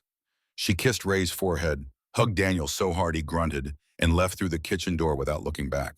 Her car started in the driveway, gravel crunching, As she pulled away, the sound fading into afternoon silence. Daniel moved to the window, watching until his sister's taillights disappeared. She's going to tell the others. You know that, right? Let her. They were going to find out eventually. They'll be pissed you waited. They'll get over it. Or they won't. Either way, I won't be around long enough to care. Daniel turned from the window. That's a shitty attitude. It's a realistic attitude. Ray moved to the cabinet, pulled out a bottle of whiskey Martha had bought for special occasions, poured 2 glasses. He handed one to Daniel, to Tommy Chen, who saved my ass 70 years ago and apparently isn't done making demands on my time. They drank. The whiskey burned, going down familiar and harsh, and exactly what Ray needed to cut through the fog of pain medication and adrenaline crash, and the surreal feeling of having told his children he was dying and then immediately pivoting to planning a drug deal payoff. Daniel set his glasses down. Tell me about Tommy, the real story. Not the sanitized version you gave us as kids. Ray poured another measure, sat down heavily. Tommy Chen was 20 years old, Marine from San Francisco. His parents had been interned during World War II, lost everything, rebuilt from nothing. Tommy joined up in '51 to prove something, probably. Prove he was American enough. Prove his family's loyalty. Prove whatever young men try to prove when they volunteer to go overseas and kill people they've never met. The whiskey disappeared. Ray didn't pour more.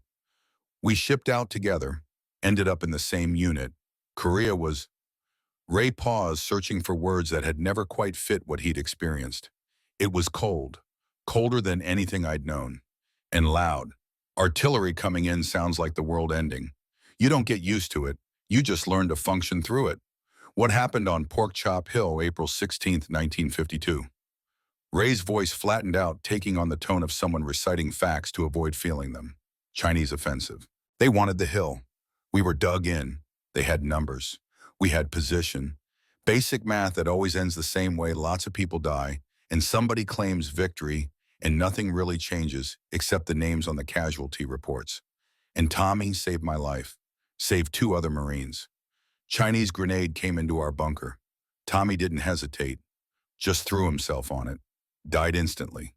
3 of us walked away because he didn't. Did he have time to say anything? Ray's hand tightened on his glass. Tell my son I love him. Tell him to be better than me. That was it. Then the grenade went off, and Tommy was just gone. Not a person anymore. Just meat and blood and a memory I've carried for 70 years. Jesus, Pop. I tried to find his family after the war. Lily had remarried, new name, new life, didn't want reminders of the husband who'd died overseas. I understand that. Some people move forward by leaving the past behind. But it meant I never got to tell Robert Chen what his father said. Never got to tell him Tommy died a hero. Never got to repay the debt. Daniel refilled both glasses without asking. And now Robert's son shows up in your diner strung out on meth, owing money to a cartel dealer, and slaps you in the face. Universe has a sense of humor. That's one word for it. They drank in silence for a moment. Through the window, October light painted the yard in colors that wouldn't last much longer. Trees preparing to sleep. Grass going dormant. Everything in Montana shutting down for winter, except the things too stubborn to know when to quit. Ray spoke into his whiskey. I need you to do something for me. Name it. When I'm gone, look after Tyler. Make sure he gets clean. Make sure he stays clean. Give him a ball. Give him a purpose. Make him understand what his grandfather was. Pop, promise me, Daniel. Ray's voice carried the weight of 7 decades. This is important. More important than anything else I'll ask you to do. Tommy Chen saved my life so I could save his. I need you to finish it if I can't. Daniel set his glass down carefully. I promise. Iron Brotherhood will look after him. We'll get him clean. We'll keep him that way. We'll make sure Tommy's sacrifice meant something. Good. That's good.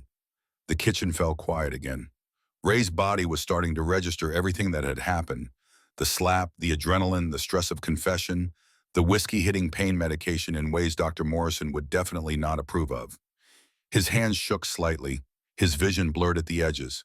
The cancer was reminding him that it was in charge now that Ray's body was just territory it was occupying until the lease ran out. Daniel noticed, you need to rest. I'll call the brothers, set up a meeting for tonight. We'll plan this out proper. We're at Clubhouse, 7 o'clock. You up for it? I'll be there. Pop, you look like you're about to fall over. I'll rally. Ray stood using the table for support. Just need a nap. Come get me at 6:30. Daniel helped his father to the stairs, then up them, the process taking longer than it should have because Ray's legs had apparently decided they were on strike. The bedroom looked the same as it had that morning, neat spare holding the ghost of Martha's presence in ways Ray couldn't quite name. Daniel helped him onto the bed, pulled off his shoes, covered him with the quilt Martha had made 30 years ago. Get some sleep. I'll handle everything else. Ray's eyes were already closing. Daniel, yeah, Pop, I'm proud of you. The man you've become. The life you've built. I should have said that 10 years ago. You're saying it now. That's what matters. Ray wanted to say more, but sleep was pulling him under with the inevitability of tide. He heard Daniel's footsteps retreating, the bedroom door closing softly, the house settling into afternoon quiet. His last conscious thought was of Tommy Chen's face, young and whole and grinning outside a bunker that didn't exist anymore on a hill that had changed hands so many times the blood had soaked in deep enough that nothing would ever grow there again. He dreamed of Korea, but this time Tommy lived. This time the grenade never came. This time they both went home and grew old and raised families and died in their sleep surrounded by grandchildren. This time the debt never existed because the sacrifice never happened. This time was better. Ray woke to darkness and Daniel's voice calling from downstairs, Pop. 6:30, time to go. The nap had helped more than he'd expected. The pain was still there, but manageable background noise instead of main event. Ray pulled himself upright, found clean clothes, made himself presentable enough for a motorcycle club meeting. The mirror showed an old man with a split lip and bruising that would get worse before it got better. But the eyes were clear, the spine was straight. The warrior was still in there somewhere under the cancer and age and accumulated damage. Downstairs, Daniel waited with coffee and a sandwich Ray didn't want, but ate anyway because he'd need the calories for whatever came next. They drove in Daniel's truck through Cedar Falls as it transitioned from day to night, streetlights flickering on businesses closing, the town settling into Saturday evening routines that had repeated for decades. The Iron Brotherhood Clubhouse sat on 5 acres outside town, a converted warehouse that had once manufactured agricultural equipment and now served as headquarters for 8 veterans who'd found brotherhood outside the military. Daniel parked in the gravel lot where a dozen motorcycles sat in precise rows, chrome catching light from the building's windows. Inside the clubhouse was exactly what Ray expected, part garage, part bar, part meeting hall. Motorcycles in various states of repair occupied one corner. A full bar ran along one wall, bottles arranged with military precision. Tables and chairs scattered throughout, all mismatched but clean. Walls covered with photographs of members past and present, military unit patches, American flags, the detritus of lives spent serving and then figuring out what came after. The brothers were already there. Daniel had called them and they'd come because that's what brothers did.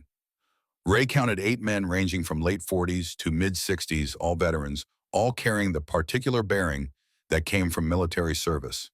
They stood when Ray entered, a gesture of respect he hadn't expected and didn't quite know how to accept. Daniel made introductions, though Ray knew most of them already from Sarah's updates and occasional encounters around town. Sergeant real name Marcus Williams, Vietnam veteran, 62 face, carrying scars from burns, sustained pulling wounded from a helicopter crash. Preacher James Morrison, Gulf War 55, ordained minister who'd found God after finding too many IEDs. Wrench David Chenarok, War 48, mechanical genius who could rebuild engines blindfolded. Bear Thomas Yazzie, 54, Navajo, Afghanistan veteran, massive frame hiding a gentle soul. 4 others whose names Ray tried to catalog and immediately forgot because his brain was starting to prioritize, and names of people he just met didn't make the cut. Daniel addressed the group with the authority of someone they'd elected to lead. Everyone knows why we're here. My father needs help. I'm asking the Brotherhood to provide it. Sergeant spoke first, his voice carrying the rasp of someone who'd inhaled too much smoke. Doc, your father's a Marine. Korean War. That makes him family by default. What does he need? Ray stepped forward, not wanting Daniel to have to speak for him. There's a kid, 28, meth addict, owes $15,000 to a dealer named Victor Reyes. Victor threatened to kill him. Kill me, burn down Crystal's diner. I'm paying the debt. I need backup to make sure Victor takes the money and walks away. Preacher leaned back in his chair. Victor Reyes, I know that name. Connected to Sinaloa pipeline. Not someone you want to cross, not planning to cross him, planning to pay him and be done with it. Wrench spoke up. Why? What's this kid to you? His grandfather saved my life in Korea. Threw himself on a grenade. I've been carrying that debt for 70 years. Time to pay it.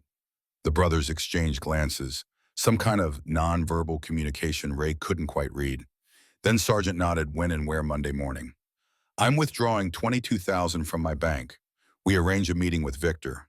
We pay. We make it clear the debt is settled and he leaves the kid alone. And if Victor gets greedy, Bear's voice was surprisingly soft for a man his size. Then you boys remind him why messing with Marines is bad for business. That got a few tight smiles. Daniel pulled out his phone. I'll reach out to Victor through channels.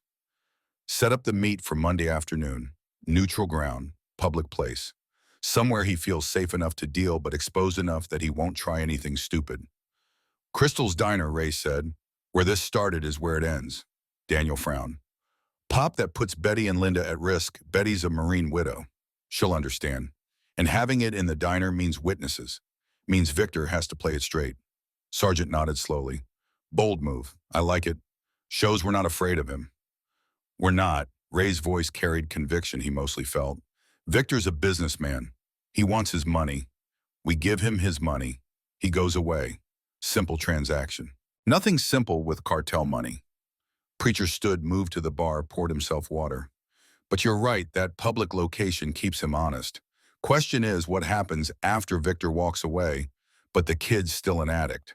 Still has whatever problems led to him owing 15 grand in the first place. That's where you boys come in. Ray looked around the room at 8 men who'd all fought their own demons and survived. Tyler needs structure, purpose, brotherhood. He needs what you've built here. You want us to prospect a meth addict who slapped you? Wrench's tone was skeptical, but not hostile. I want you to save Tommy Chen's grandson from the same system that failed Victor Reyes's father. I want you to break the cycle. I want you to give Tyler a reason to get clean and stay clean. Daniel added, Pop's dying. Stage 4 cancer. 3 months. This is his last mission. He's asking us to finish it after he's gone. That changed the room's energy. Ray felt it shift, saw the way the brothers looked at him with new understanding. Dying men got latitude. Dying Marines got even more. Sergeant spoke for the group. We'll back you Monday. We'll prospect Tyler if he's serious about getting clean.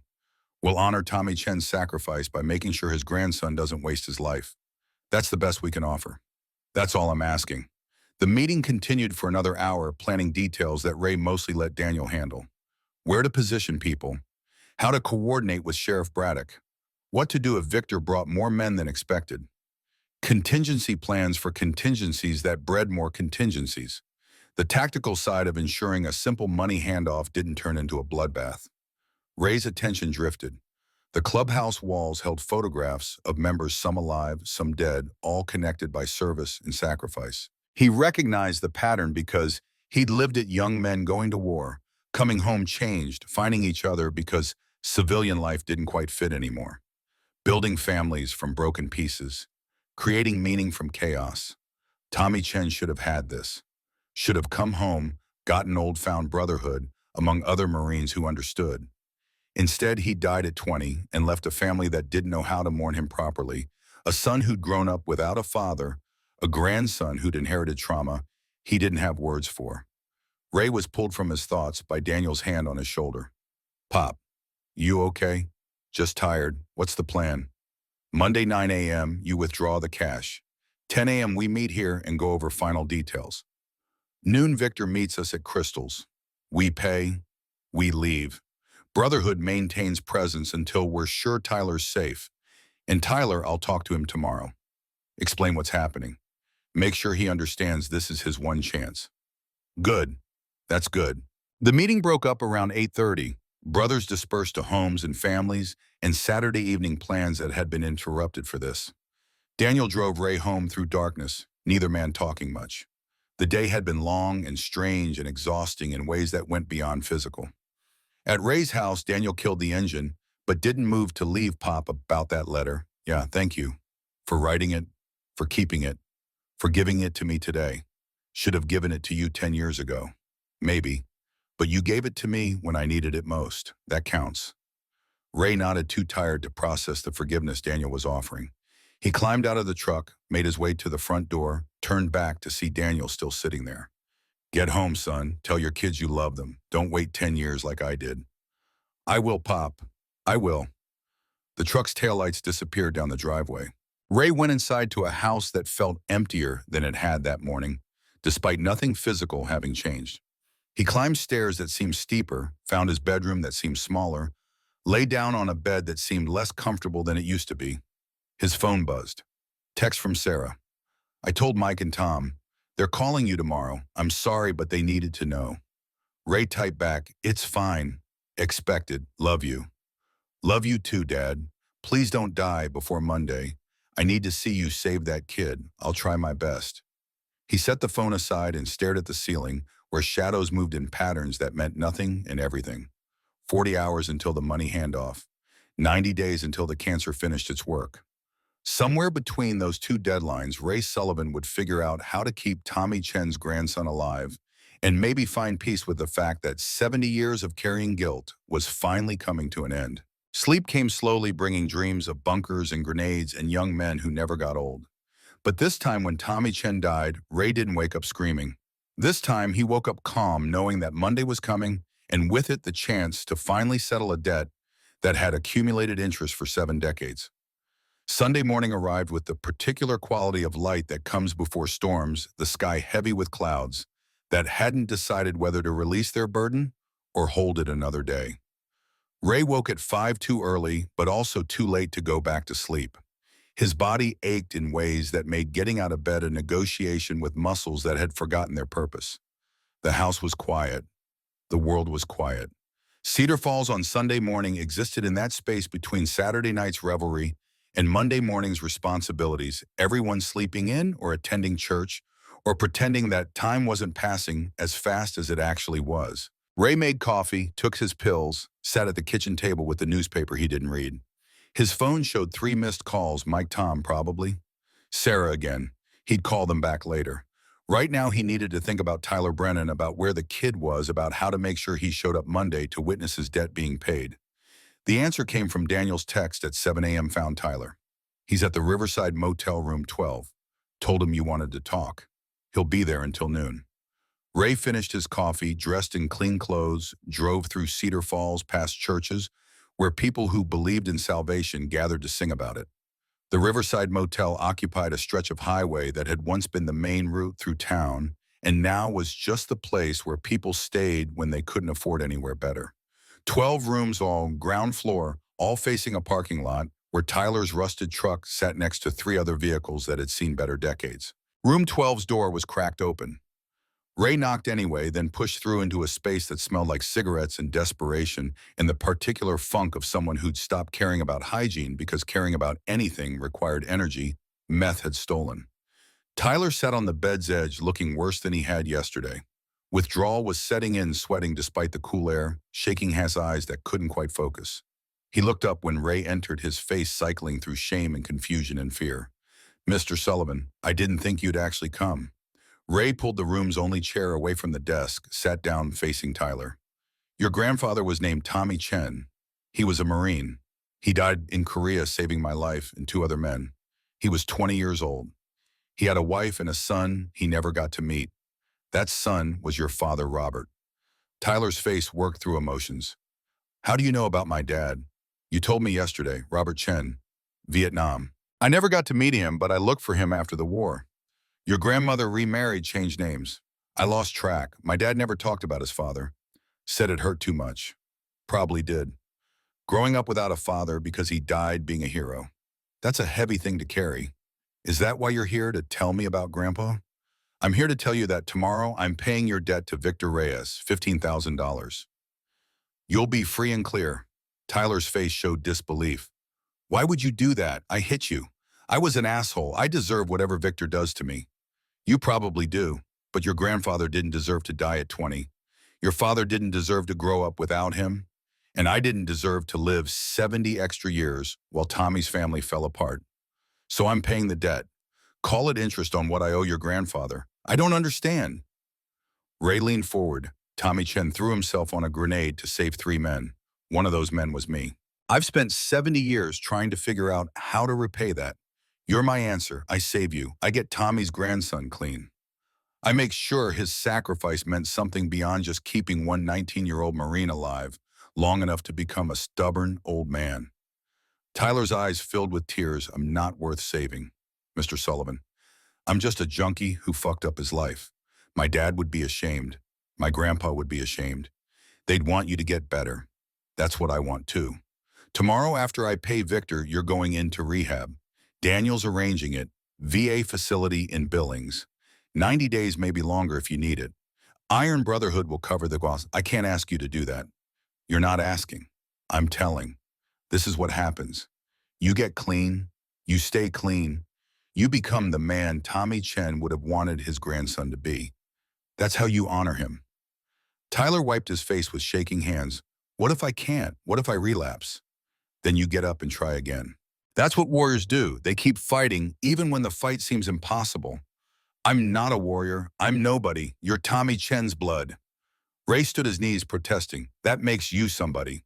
Tomorrow noon, Crystal's Diner. Be there. Watch me pay your debt. Then start paying your own debt to your grandfather by getting your life together. He walked to the door. Paused Tyler.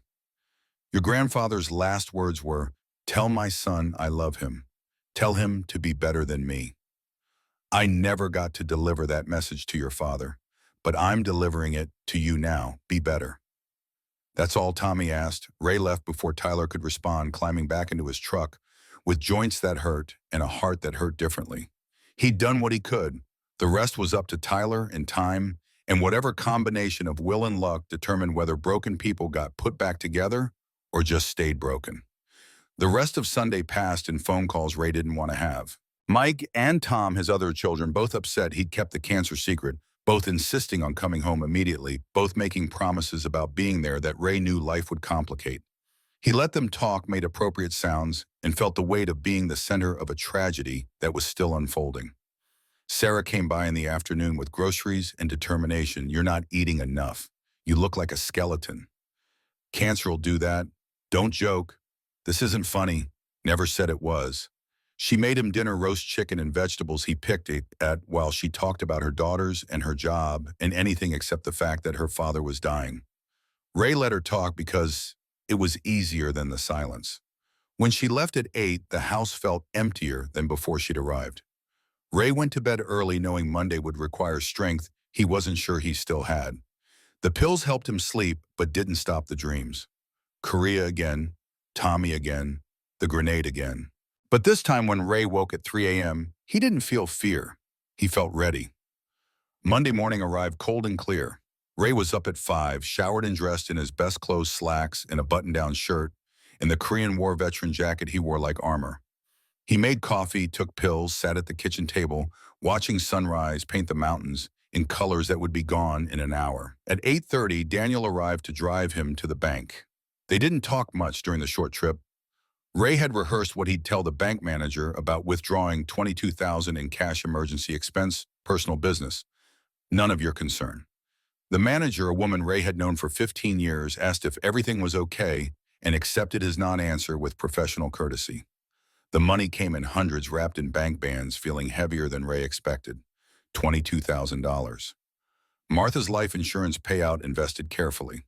40 years of postal work compressed into a stack of paper. The sum total of Ray Sullivan's financial existence about to be handed to a drug dealer to save a kid who'd slapped him in the face. Daniel drove them to the clubhouse where the Brotherhood waited. 10 o'clock meeting, final plans, everyone understanding their role. Ray would sit in the center booth at Crystal's with the money. Daniel and 4 brothers would be positioned throughout the diner, visible but not threatening. Sergeant and 3 others would stay outside backup if things went wrong. Sheriff Braddock had been notified and wasn't happy, but agreed to stay clear unless called. At 11:30, they drove to Crystal's in a convoy of trucks and motorcycles. Betty had closed the diner to regular customers, just her and Linda present. She greeted Ray with coffee and worry. This is crazy, Ray. Probably. But it's my crazy. Victor's not a good man. Neither was I once upon a time. We all make choices. The Brotherhood positioned themselves. Ray took his booth with the money in a canvas bag on the seat beside him. Linda poured coffee he didn't drink. Betty stood behind the register with her phone. The clock above the counter ticked toward noon with the inevitability of gravity. At exactly noon, Victor Reyes walked through the door alone. No enforcers, no backup, just him and the confidence of a man who knew he held all the cards. He spotted Ray, smiled without warmth, and walked over, "Old man. You got my money right here." Ray gestured to the canvas bag. 15,000. Count it if you want. Victor sat down across from him, pulled the bag over, rifled through the stacks of bill with practiced efficiency. "This is more than 15. 22. Call it insurance that you leave Tyler alone after today." Victor's eyes narrowed. "You're paying me to forget about him. I'm paying you to consider his debt settled. Permanently. No interest, no future calls, no threats. We're done. And if I say no, if I say I want 50,000, then these gentlemen around the diner will explain why that's a bad idea." Ray's voice stayed calm.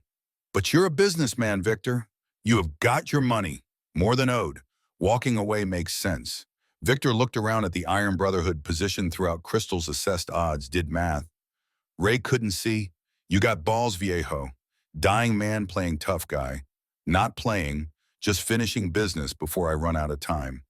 Victor leaned back, the money still in his hands. "My father used to tell me stories about honor, about warriors taking care of their own, about debts that lasted beyond death. I never believed him.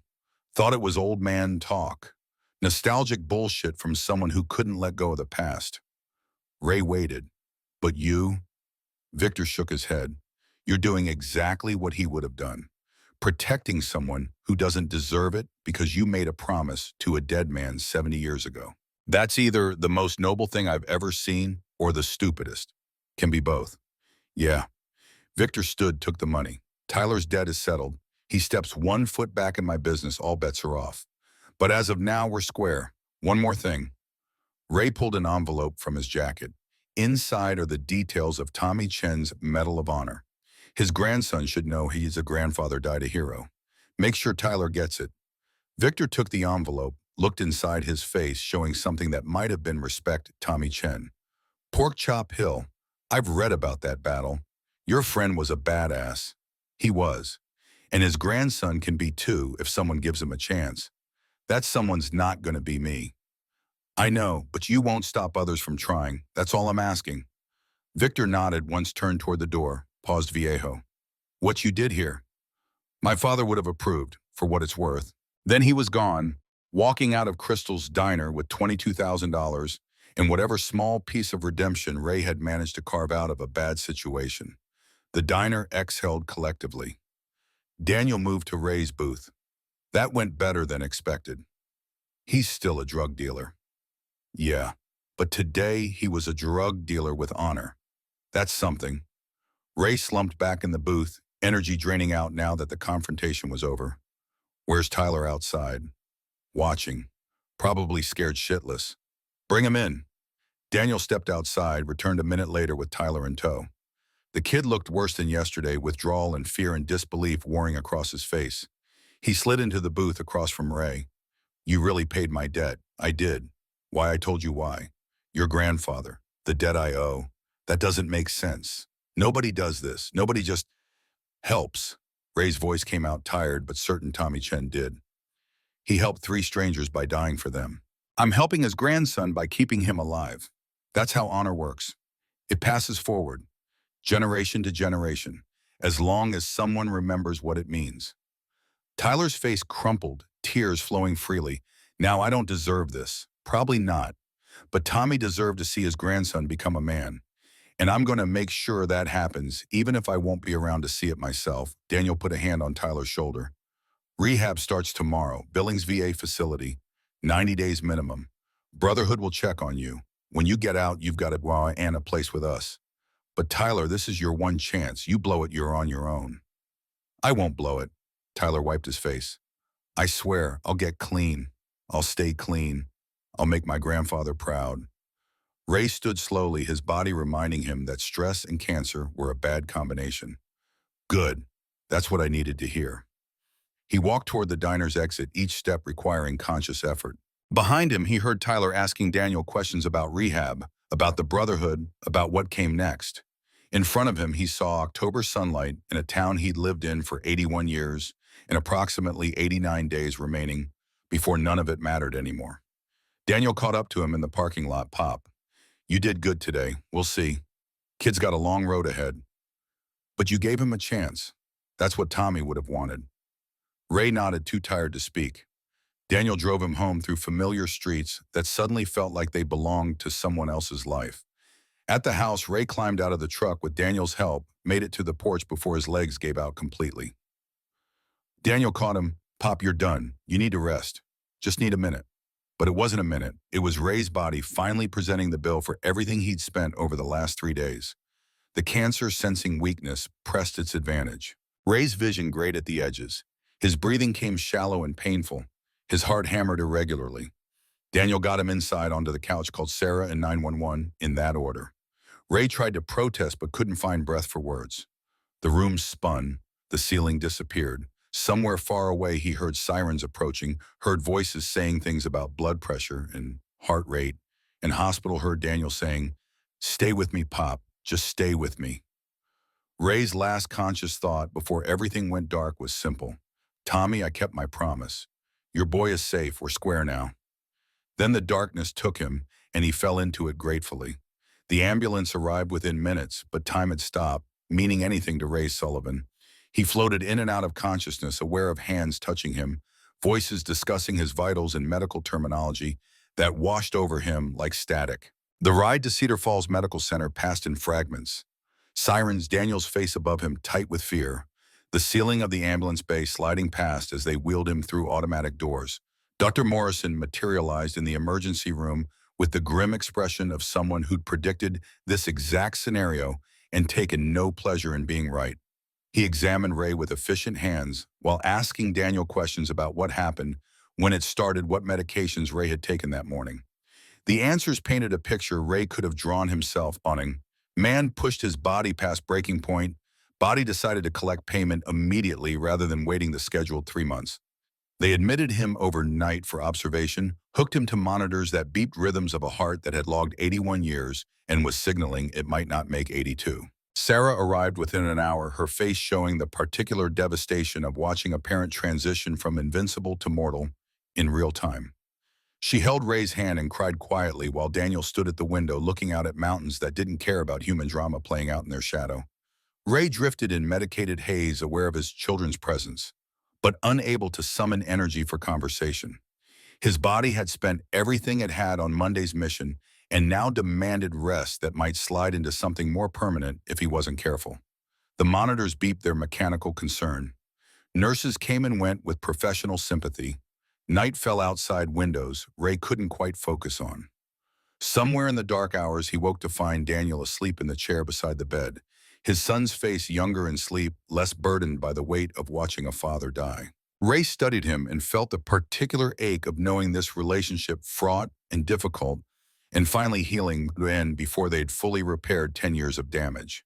3 months had seemed like enough time when it was abstract. Now hooked to machines, counting down heartbeats, 3 months felt impossibly optimistic. Morning arrived with Dr. Morrison and test results that confirmed what everyone already knew. The stress of Monday's confrontation had accelerated. The cancer's timeline compromised Ray's already failing heart and moved his prognosis from months to weeks if he was lucky, days if he wasn't. The doctor delivered this news with clinical precision, softened by genuine compassion, then asked if Ray wanted to discuss hospice care, pain management protocols, end-of-life arrangements that made death sound like an administrative process requiring proper paperwork. Ray listened and nodded at appropriate moments while his attention drifted to the window where October light painted everything gold. He'd lived 81 years, served his country, married a good woman, raised 4 children who mostly turned out okay, saved Tommy Chen's grandson from a debt that would have killed him. The ledger was balanced. Anything else was bonus time.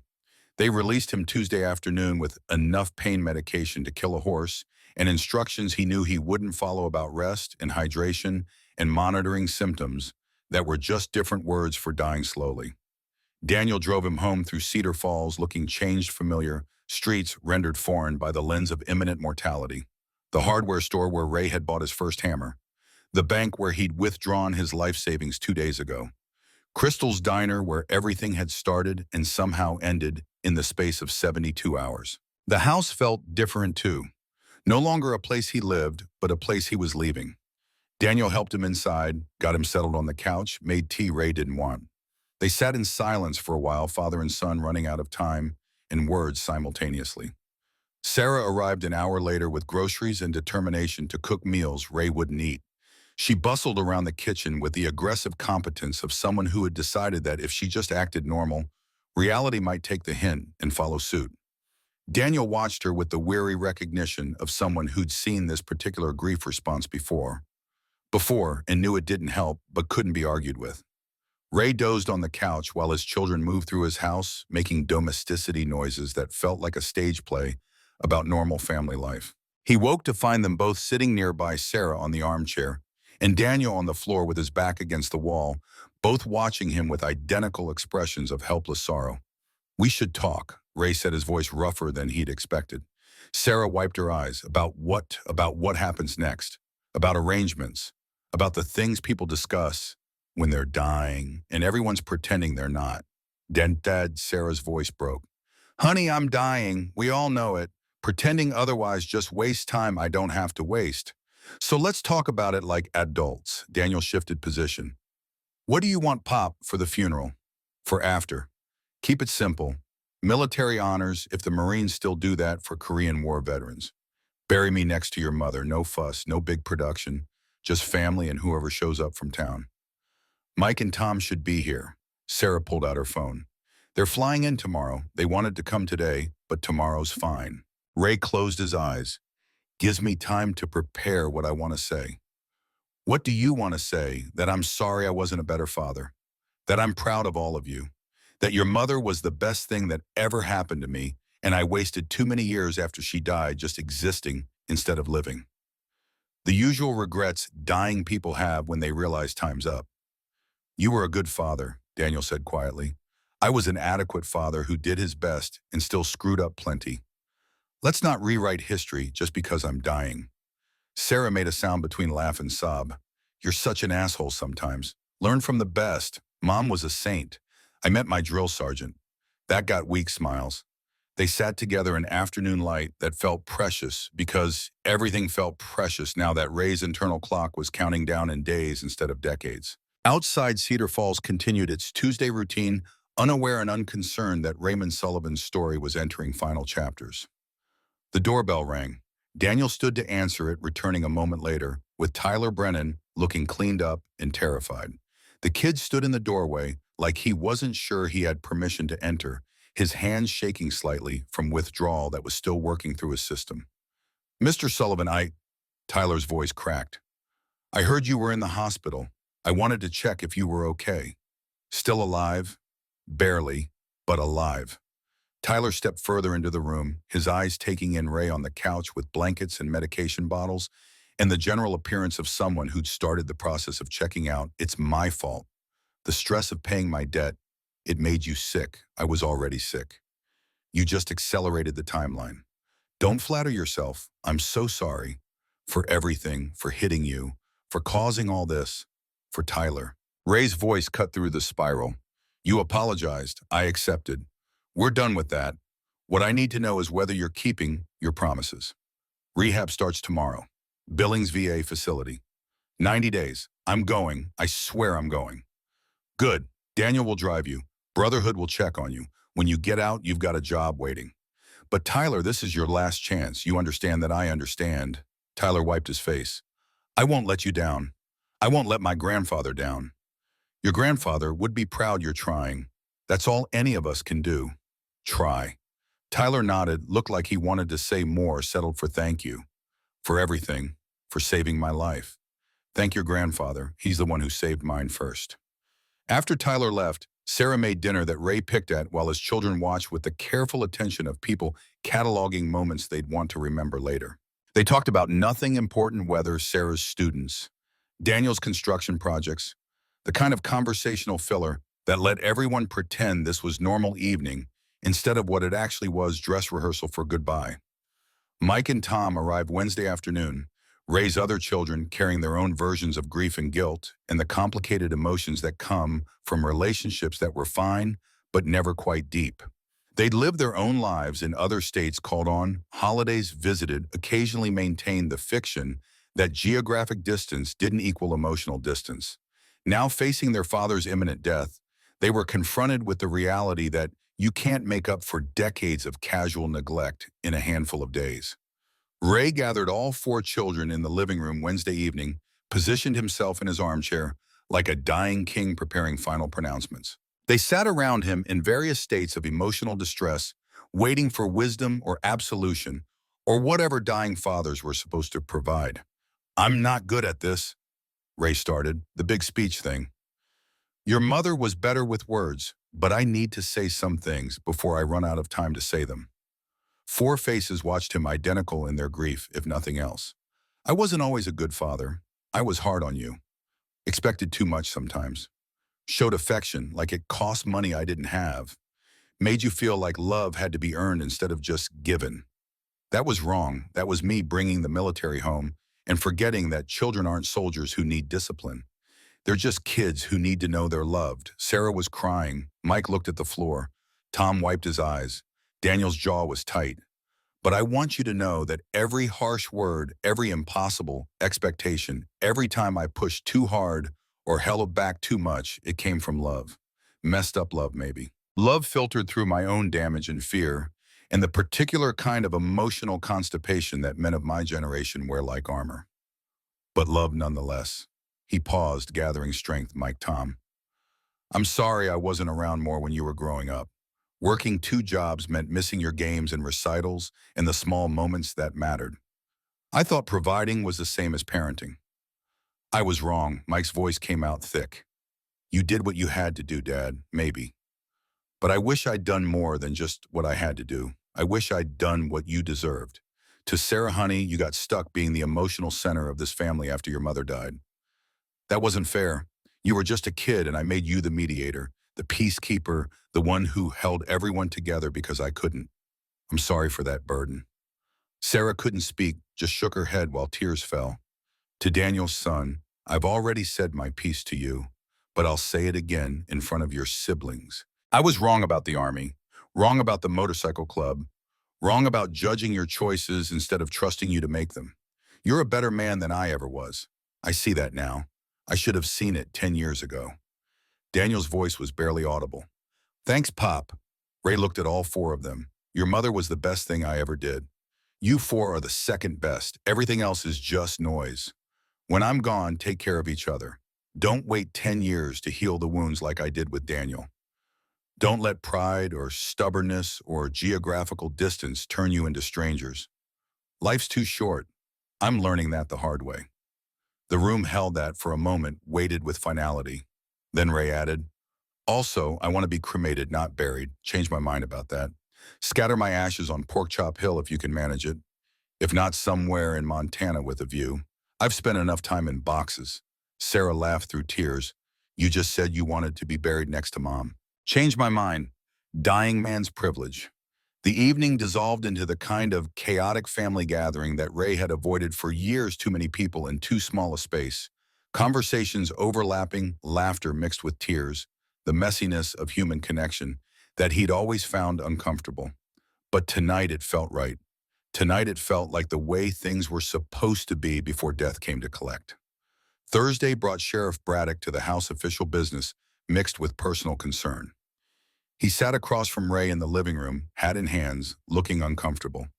"Ray, I need your statement about Monday. What happened at the diner?"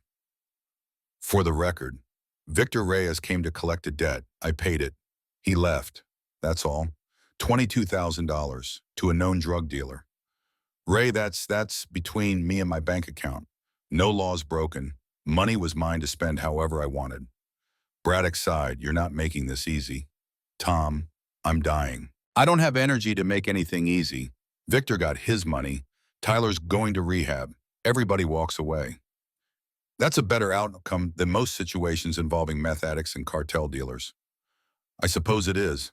Braddock stood, put his hat back on.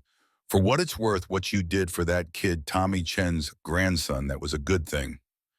People in town are talking about it. You're a bit of a hero. I'm a dying old man who paid money to keep someone alive. That's not heroism. That's just math. Call it what you want. Still a good thing. After the sheriff left, Ray allowed himself to feel the exhaustion that had been building for days. His body was shutting down in increments, systems failing, in order of importance, pain becoming the background noise of existence. Dr. Morrison had called that morning with offers of hospitalization, hospice care, interventions that would buy days or weeks at the cost of dignity. Ray had declined all of it. He'd die at home in his own bed, surrounded by family if timing worked out, and alone if it didn't. Either way was fine. Friday morning brought a surprise visitor. Victor Reyes knocked on Ray's door at 9 a.m. alone and looking uncomfortable in a way that suggested this wasn't a social call he'd made before. Daniel answered, body language immediately defensive, but Ray waved him off. Let him in. Victor entered Ray's living room like he was walking into enemy territory, eyes scanning for threats, hands visible to show he wasn't armed. He stood near the door until Ray gestured to a chair. Sit down. You're making me nervous hovering there. Victor sat. I heard you were in the hospital. Wanted to check if you were okay. Define okay. I'm dying of cancer, but I'm not dead yet if that's what you're asking. Your son told people what you did. Paying Tyler's debt. Saving his life. Word got around. Small town. Word always gets around. Victor leaned forward. I want you to know something. My father, Victor Sr., he died alone. VA hospital. Nobody there except me, and I was 22 and angry and didn't know how to say goodbye. He died thinking I'd amount to nothing, thinking his service meant nothing because the country he fought for threw him away like garbage. Ray listened without interrupting. What you did Monday, paying that debt for a kid who didn't deserve it, standing up to me because you'd made a promise 70 years ago, my father would have done the same thing, would have respected it. And I disrespected you by showing up with guns and threats. I'm apologizing for that now. The apology hung in the air between them, unexpected and genuine. Ray studied Victor's face, seeing past the drug dealer exterior to the Marine's son, underneath the boy who'd watched his father die broken, and decided the world was cruel so he'd be crueler. Your father was a good Marine. The system failed him. That's not his fault, and it's not yours, but I became what I became. You can become something else. It's not too late. I'm 40 years old. I've done things. Victor's voice caught. There's no coming back from some things. Tommy Chen was 20 when he died. Didn't get the chance to become anything else. Your father was, 60 when he passed, still young enough to have made changes if the system had supported him. You're 40. You've got time. Tyler doesn't have time my father didn't have. Question is whether you'll use it. Victor stood. I'm leaving town, taking my business elsewhere. Cedar Falls is too small. Too many people who remember Victor Sr. Too many people who know what I became. Probably wise. And Tyler, if he gets clean, if he makes something of himself, tell him his debt really is settled. Tell him I said his grandfather would be proud he's trying. I'll tell him. Victor moved to the door. Paused, Viejo. What happens after we die? You believe in heaven. Hell. Anything. Ray thought about that. I believe warriors go somewhere they can rest.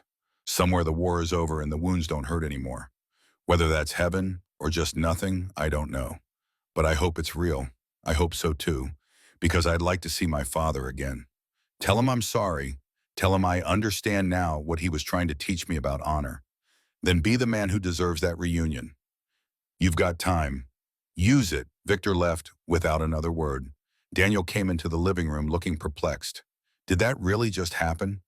Did a drug dealer just apologize to you? World's full of surprises right up until it's not. The weekend passed in a blur of visitors and phone calls, and Ray's body steadily surrendering to the cancer that had finally grown impatient with his stubborn refusal to die on schedule. Saturday brought Betty and Linda from the diner with food and stories about how the town was talking about Ray's showdown with Victor, how he'd become a legend in his own time, how people were saying Raymond Sullivan had reminded Cedar Falls what real courage looked like. Sunday brought the motorcycle club brothers, all 8 of them, filing into Ray's house like an honor guard, bringing news that Tyler had checked into rehab and was already struggling, but committed to staying. Sergeant spoke for the group. We'll watch over him, make sure he completes the program, Give him a place in the Brotherhood when he's clean. That's our promise to you and to Tommy Chen." Ray thanked them with words that came out weaker than he intended, his voice starting to fail along with everything else. The brothers left quietly, understanding that energy was currency Ray couldn't afford to spend anymore. Monday morning arrived with Ray barely able to get out of bed. Doctor Morrison came to the house, examined him with gentle efficiency, and pulled Daniel aside for a conversation Ray couldn't hear but could guess at days now, not weeks. "Make him comfortable, say your goodbyes. The end is coming fast." His four children gathered that afternoon, camping out in the living room like they had when they were young, and Martha was still alive, and the house felt full instead of empty. They took turns sitting with Ray, keeping him company, sharing memories that may or may not have happened the way anyone remembered. Time was funny that way. The closer you got to the end, the more the past became fluid stories, shifting to fit the narrative everyone needed. Tuesday brought more pain than Ray's medication could handle. His body was shutting down system by system, organs giving up one by one. Dr. Morrison increased the morphine, warned that higher doses would make Ray drowsy, less coherent, but would manage the pain. Ray agreed because dignity was fine, but suffering served no purpose. Wednesday, he barely woke, floating in a medicated haze where past and present blurred together. Korea felt closer than Montana. Tommy Chen's voice sounded clearer than his children's. Martha appeared at the foot of his bed, young and smiling, saying it was almost time, saying she'd been waiting, saying it was okay to stop fighting now. Thursday morning, Daniel's phone rang at 6 a.m. Tyler's voice came through, shaky but determined. "I wanted you to know I made it through first week of rehab. It's hell, but I'm doing it. Can I talk to Mr. Sullivan? Tell him I'm keeping my promise." Daniel looked at his father, unconscious in the bed. They'd moved downstairs when stairs became impossible. Pop Tyler's on the phone. "He's in rehab. He's doing it." Ray's eyes opened, barely focused. Daniel put the phone on speaker. "Tyler, he can hear you." Tyler's voice cracked. "Mr. Sullivan, I'm 1 week sober, 7 days. That's longer than I've been clean in 2 years. I'm doing this for my grandfather, for you, for myself. I'm going to make you proud." Ray's hand moved weakly. Daniel took it, held it while his father tried to speak, managed only, "Good. That's good." Tyler was crying on the other end. "Thank you for saving me, for believing I was worth saving. I won't let you down. I swear I won't let you down." The call ended. Ray's eyes closed again. Daniel sat holding his father's hand while morning light crept across the floor, marking time that was running out. Friday afternoon brought a moment of clarity. Ray woke more alert than he'd been in days, looked around at his children, gathered close, and spoke with surprising strength. "I'm ready. It's okay. I did what I needed to do. Tommy's grandson is safe. You kids are going to be fine. I'm ready to go be with your mother." Sarah clutched his hand. "Dad, please, not yet. Honey, it's time. You all know it's time." Mike and Tom were crying. Daniel's face was stone, trying not to crack. Sarah couldn't stop shaking her head like denial would stop what was coming. Ray's breathing was labored, but his voice stayed clear. "Don't be sad. I had a good life. Better than I deserved. I got to see Tommy Chen's grandson start the path to being a man. That's enough. That's more than enough." He closed his eyes, then opened them one more time. "Tell Tyler his grandfather would be proud. Tell him the debt is paid. Tell him to live well." Then Raymond Sullivan let go. The warrior who'd survived Korea and decades of guilt and cancer that should have killed him months ago finally stopped fighting. His breathing slowed, steadied, stopped. The monitors they'd placed beeped their alarm.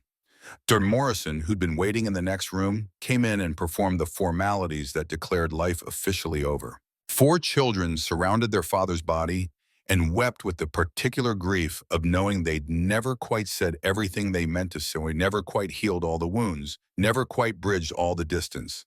But they'd tried, and Ray had tried, and in the end, trying was all anyone could do. The funeral was held the following Tuesday at Cedar Falls Veterans Cemetery on a hill overlooking the valley. The Marine Honor Guard presented the flag with military precision.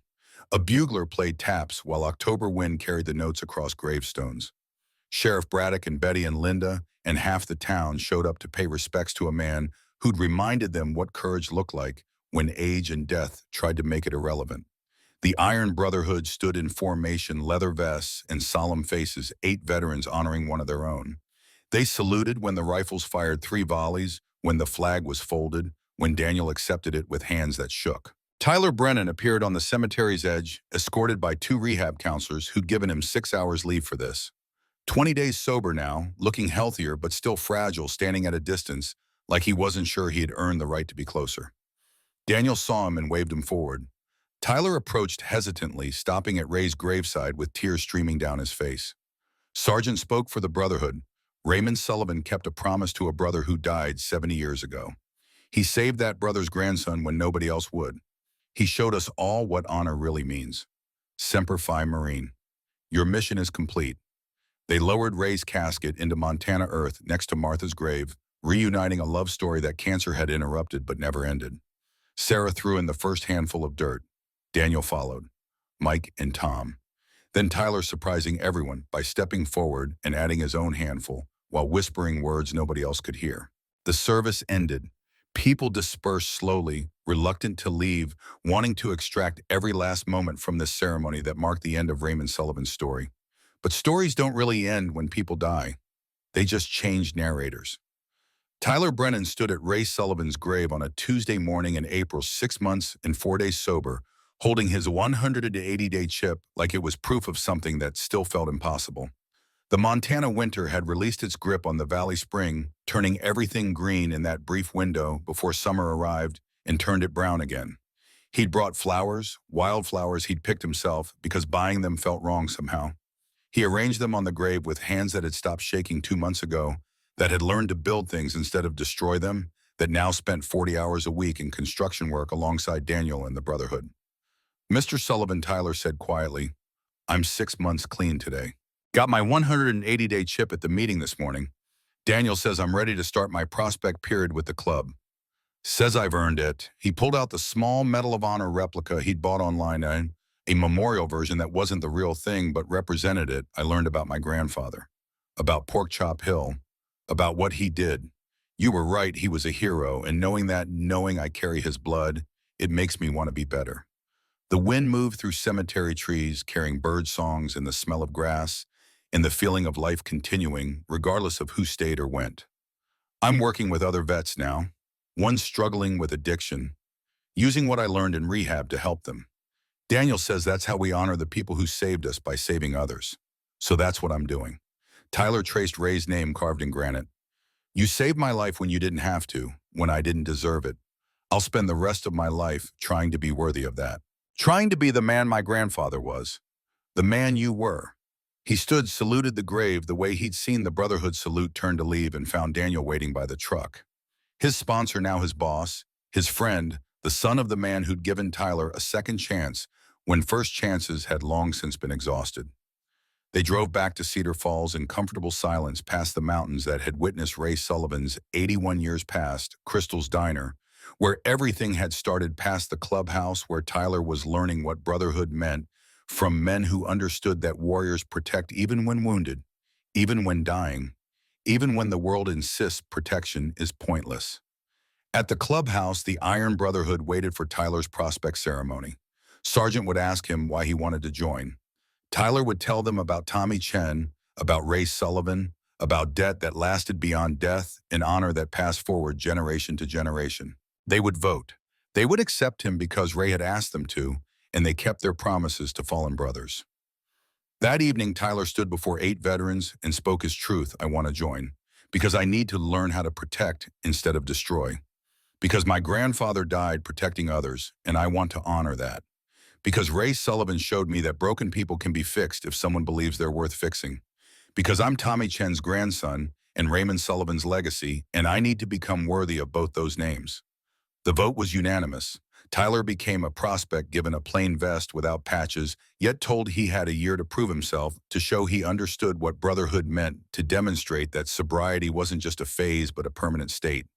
He accepted those terms with the understanding that second chances came with responsibilities, that being saved meant saving others, that the debt Ray had paid forward was now Tyler's to continue. Months turned to years. Tyler stayed sober, earned his patches, became full Brotherhood member. Started speaking at VA meetings about addiction and recovery, and how an 81-year-old Korean War veteran had saved his life by paying a debt to a man who'd been dead for 70 years. His story spread. Other veterans reached out. Tyler helped where he could, save some lost others, learned that trying mattered even when results disappointed. He met a woman at an AA meeting, someone who understood addiction from inside, who'd fought her own demons and won. They dated carefully, married quietly, had a son. They named Raymond Thomas Brennan. Ray for the man who'd saved Tyler's life. Thomas for the grandfather Tyler never met but carried with him always. When Raymond Thomas was old enough to understand, Tyler told him the story about Tommy Chen throwing himself on a grenade, about Ray Sullivan keeping a promise for 70 years, about how honor worked like compound interest, growing across generations until it became something bigger than any individual life. The boy listened and asked, "So we have to protect people even when it's hard, especially when it's hard. That's what makes it matter." Daniel Sullivan stood at his father's grave on the anniversary of his death.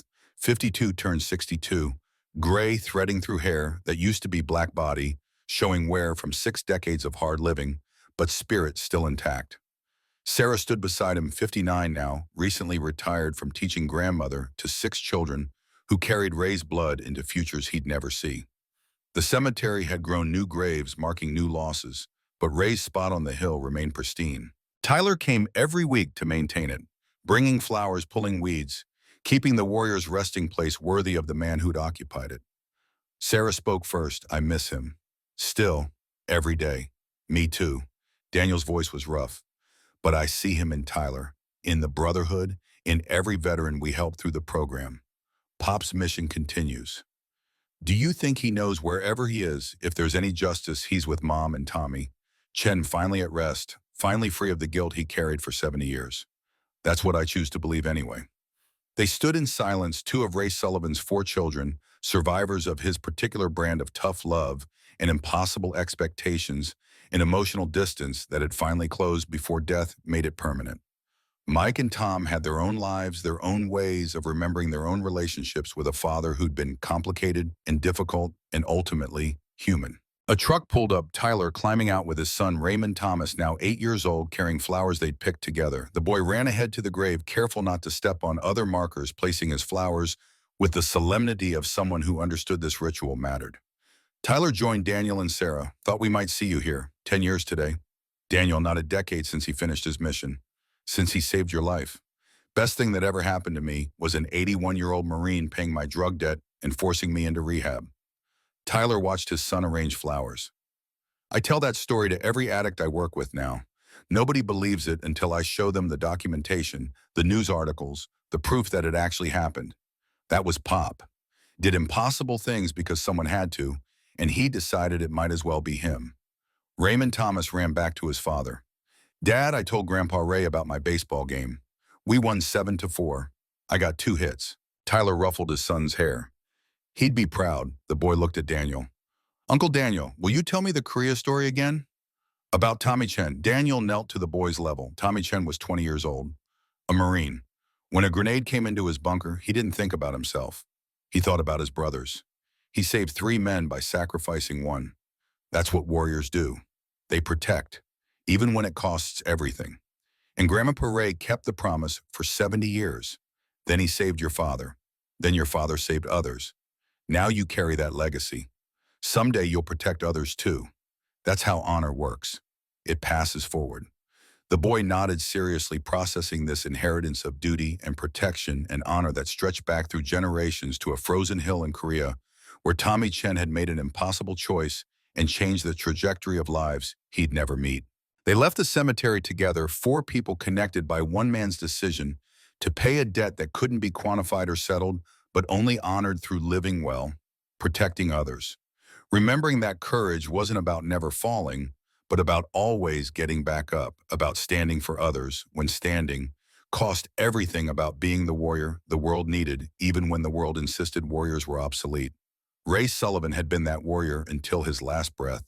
His legacy was Tyler's sobriety, Raymond Thomas's future, the dozens of veterans the Brotherhood helped every year, the small ripples of protection and honor that spread outward from one old man's decision to keep a promise to a dead friend. In the end, that's all any warrior could hope for, that their sacrifice mattered, that their service continued beyond their life, that the debt they'd paid forward would be honored by those who came after. Ray Sullivan's debt was paid, but the mission continued. It always would, That's what Tommy Chen had bought with his life on Porkchop Hill. That's what Ray had bought with his death in a Montana bedroom surrounded by family who loved him despite his flaws. That's what Tyler bought with his sobriety, and Raymond Thomas would someday buy with his own acts of protection and honor. The chain was unbroken. The mission endured. The warriors rested, but their work went on. Semper Fi Marine, mission complete, but the story never ends. It just finds new narrators.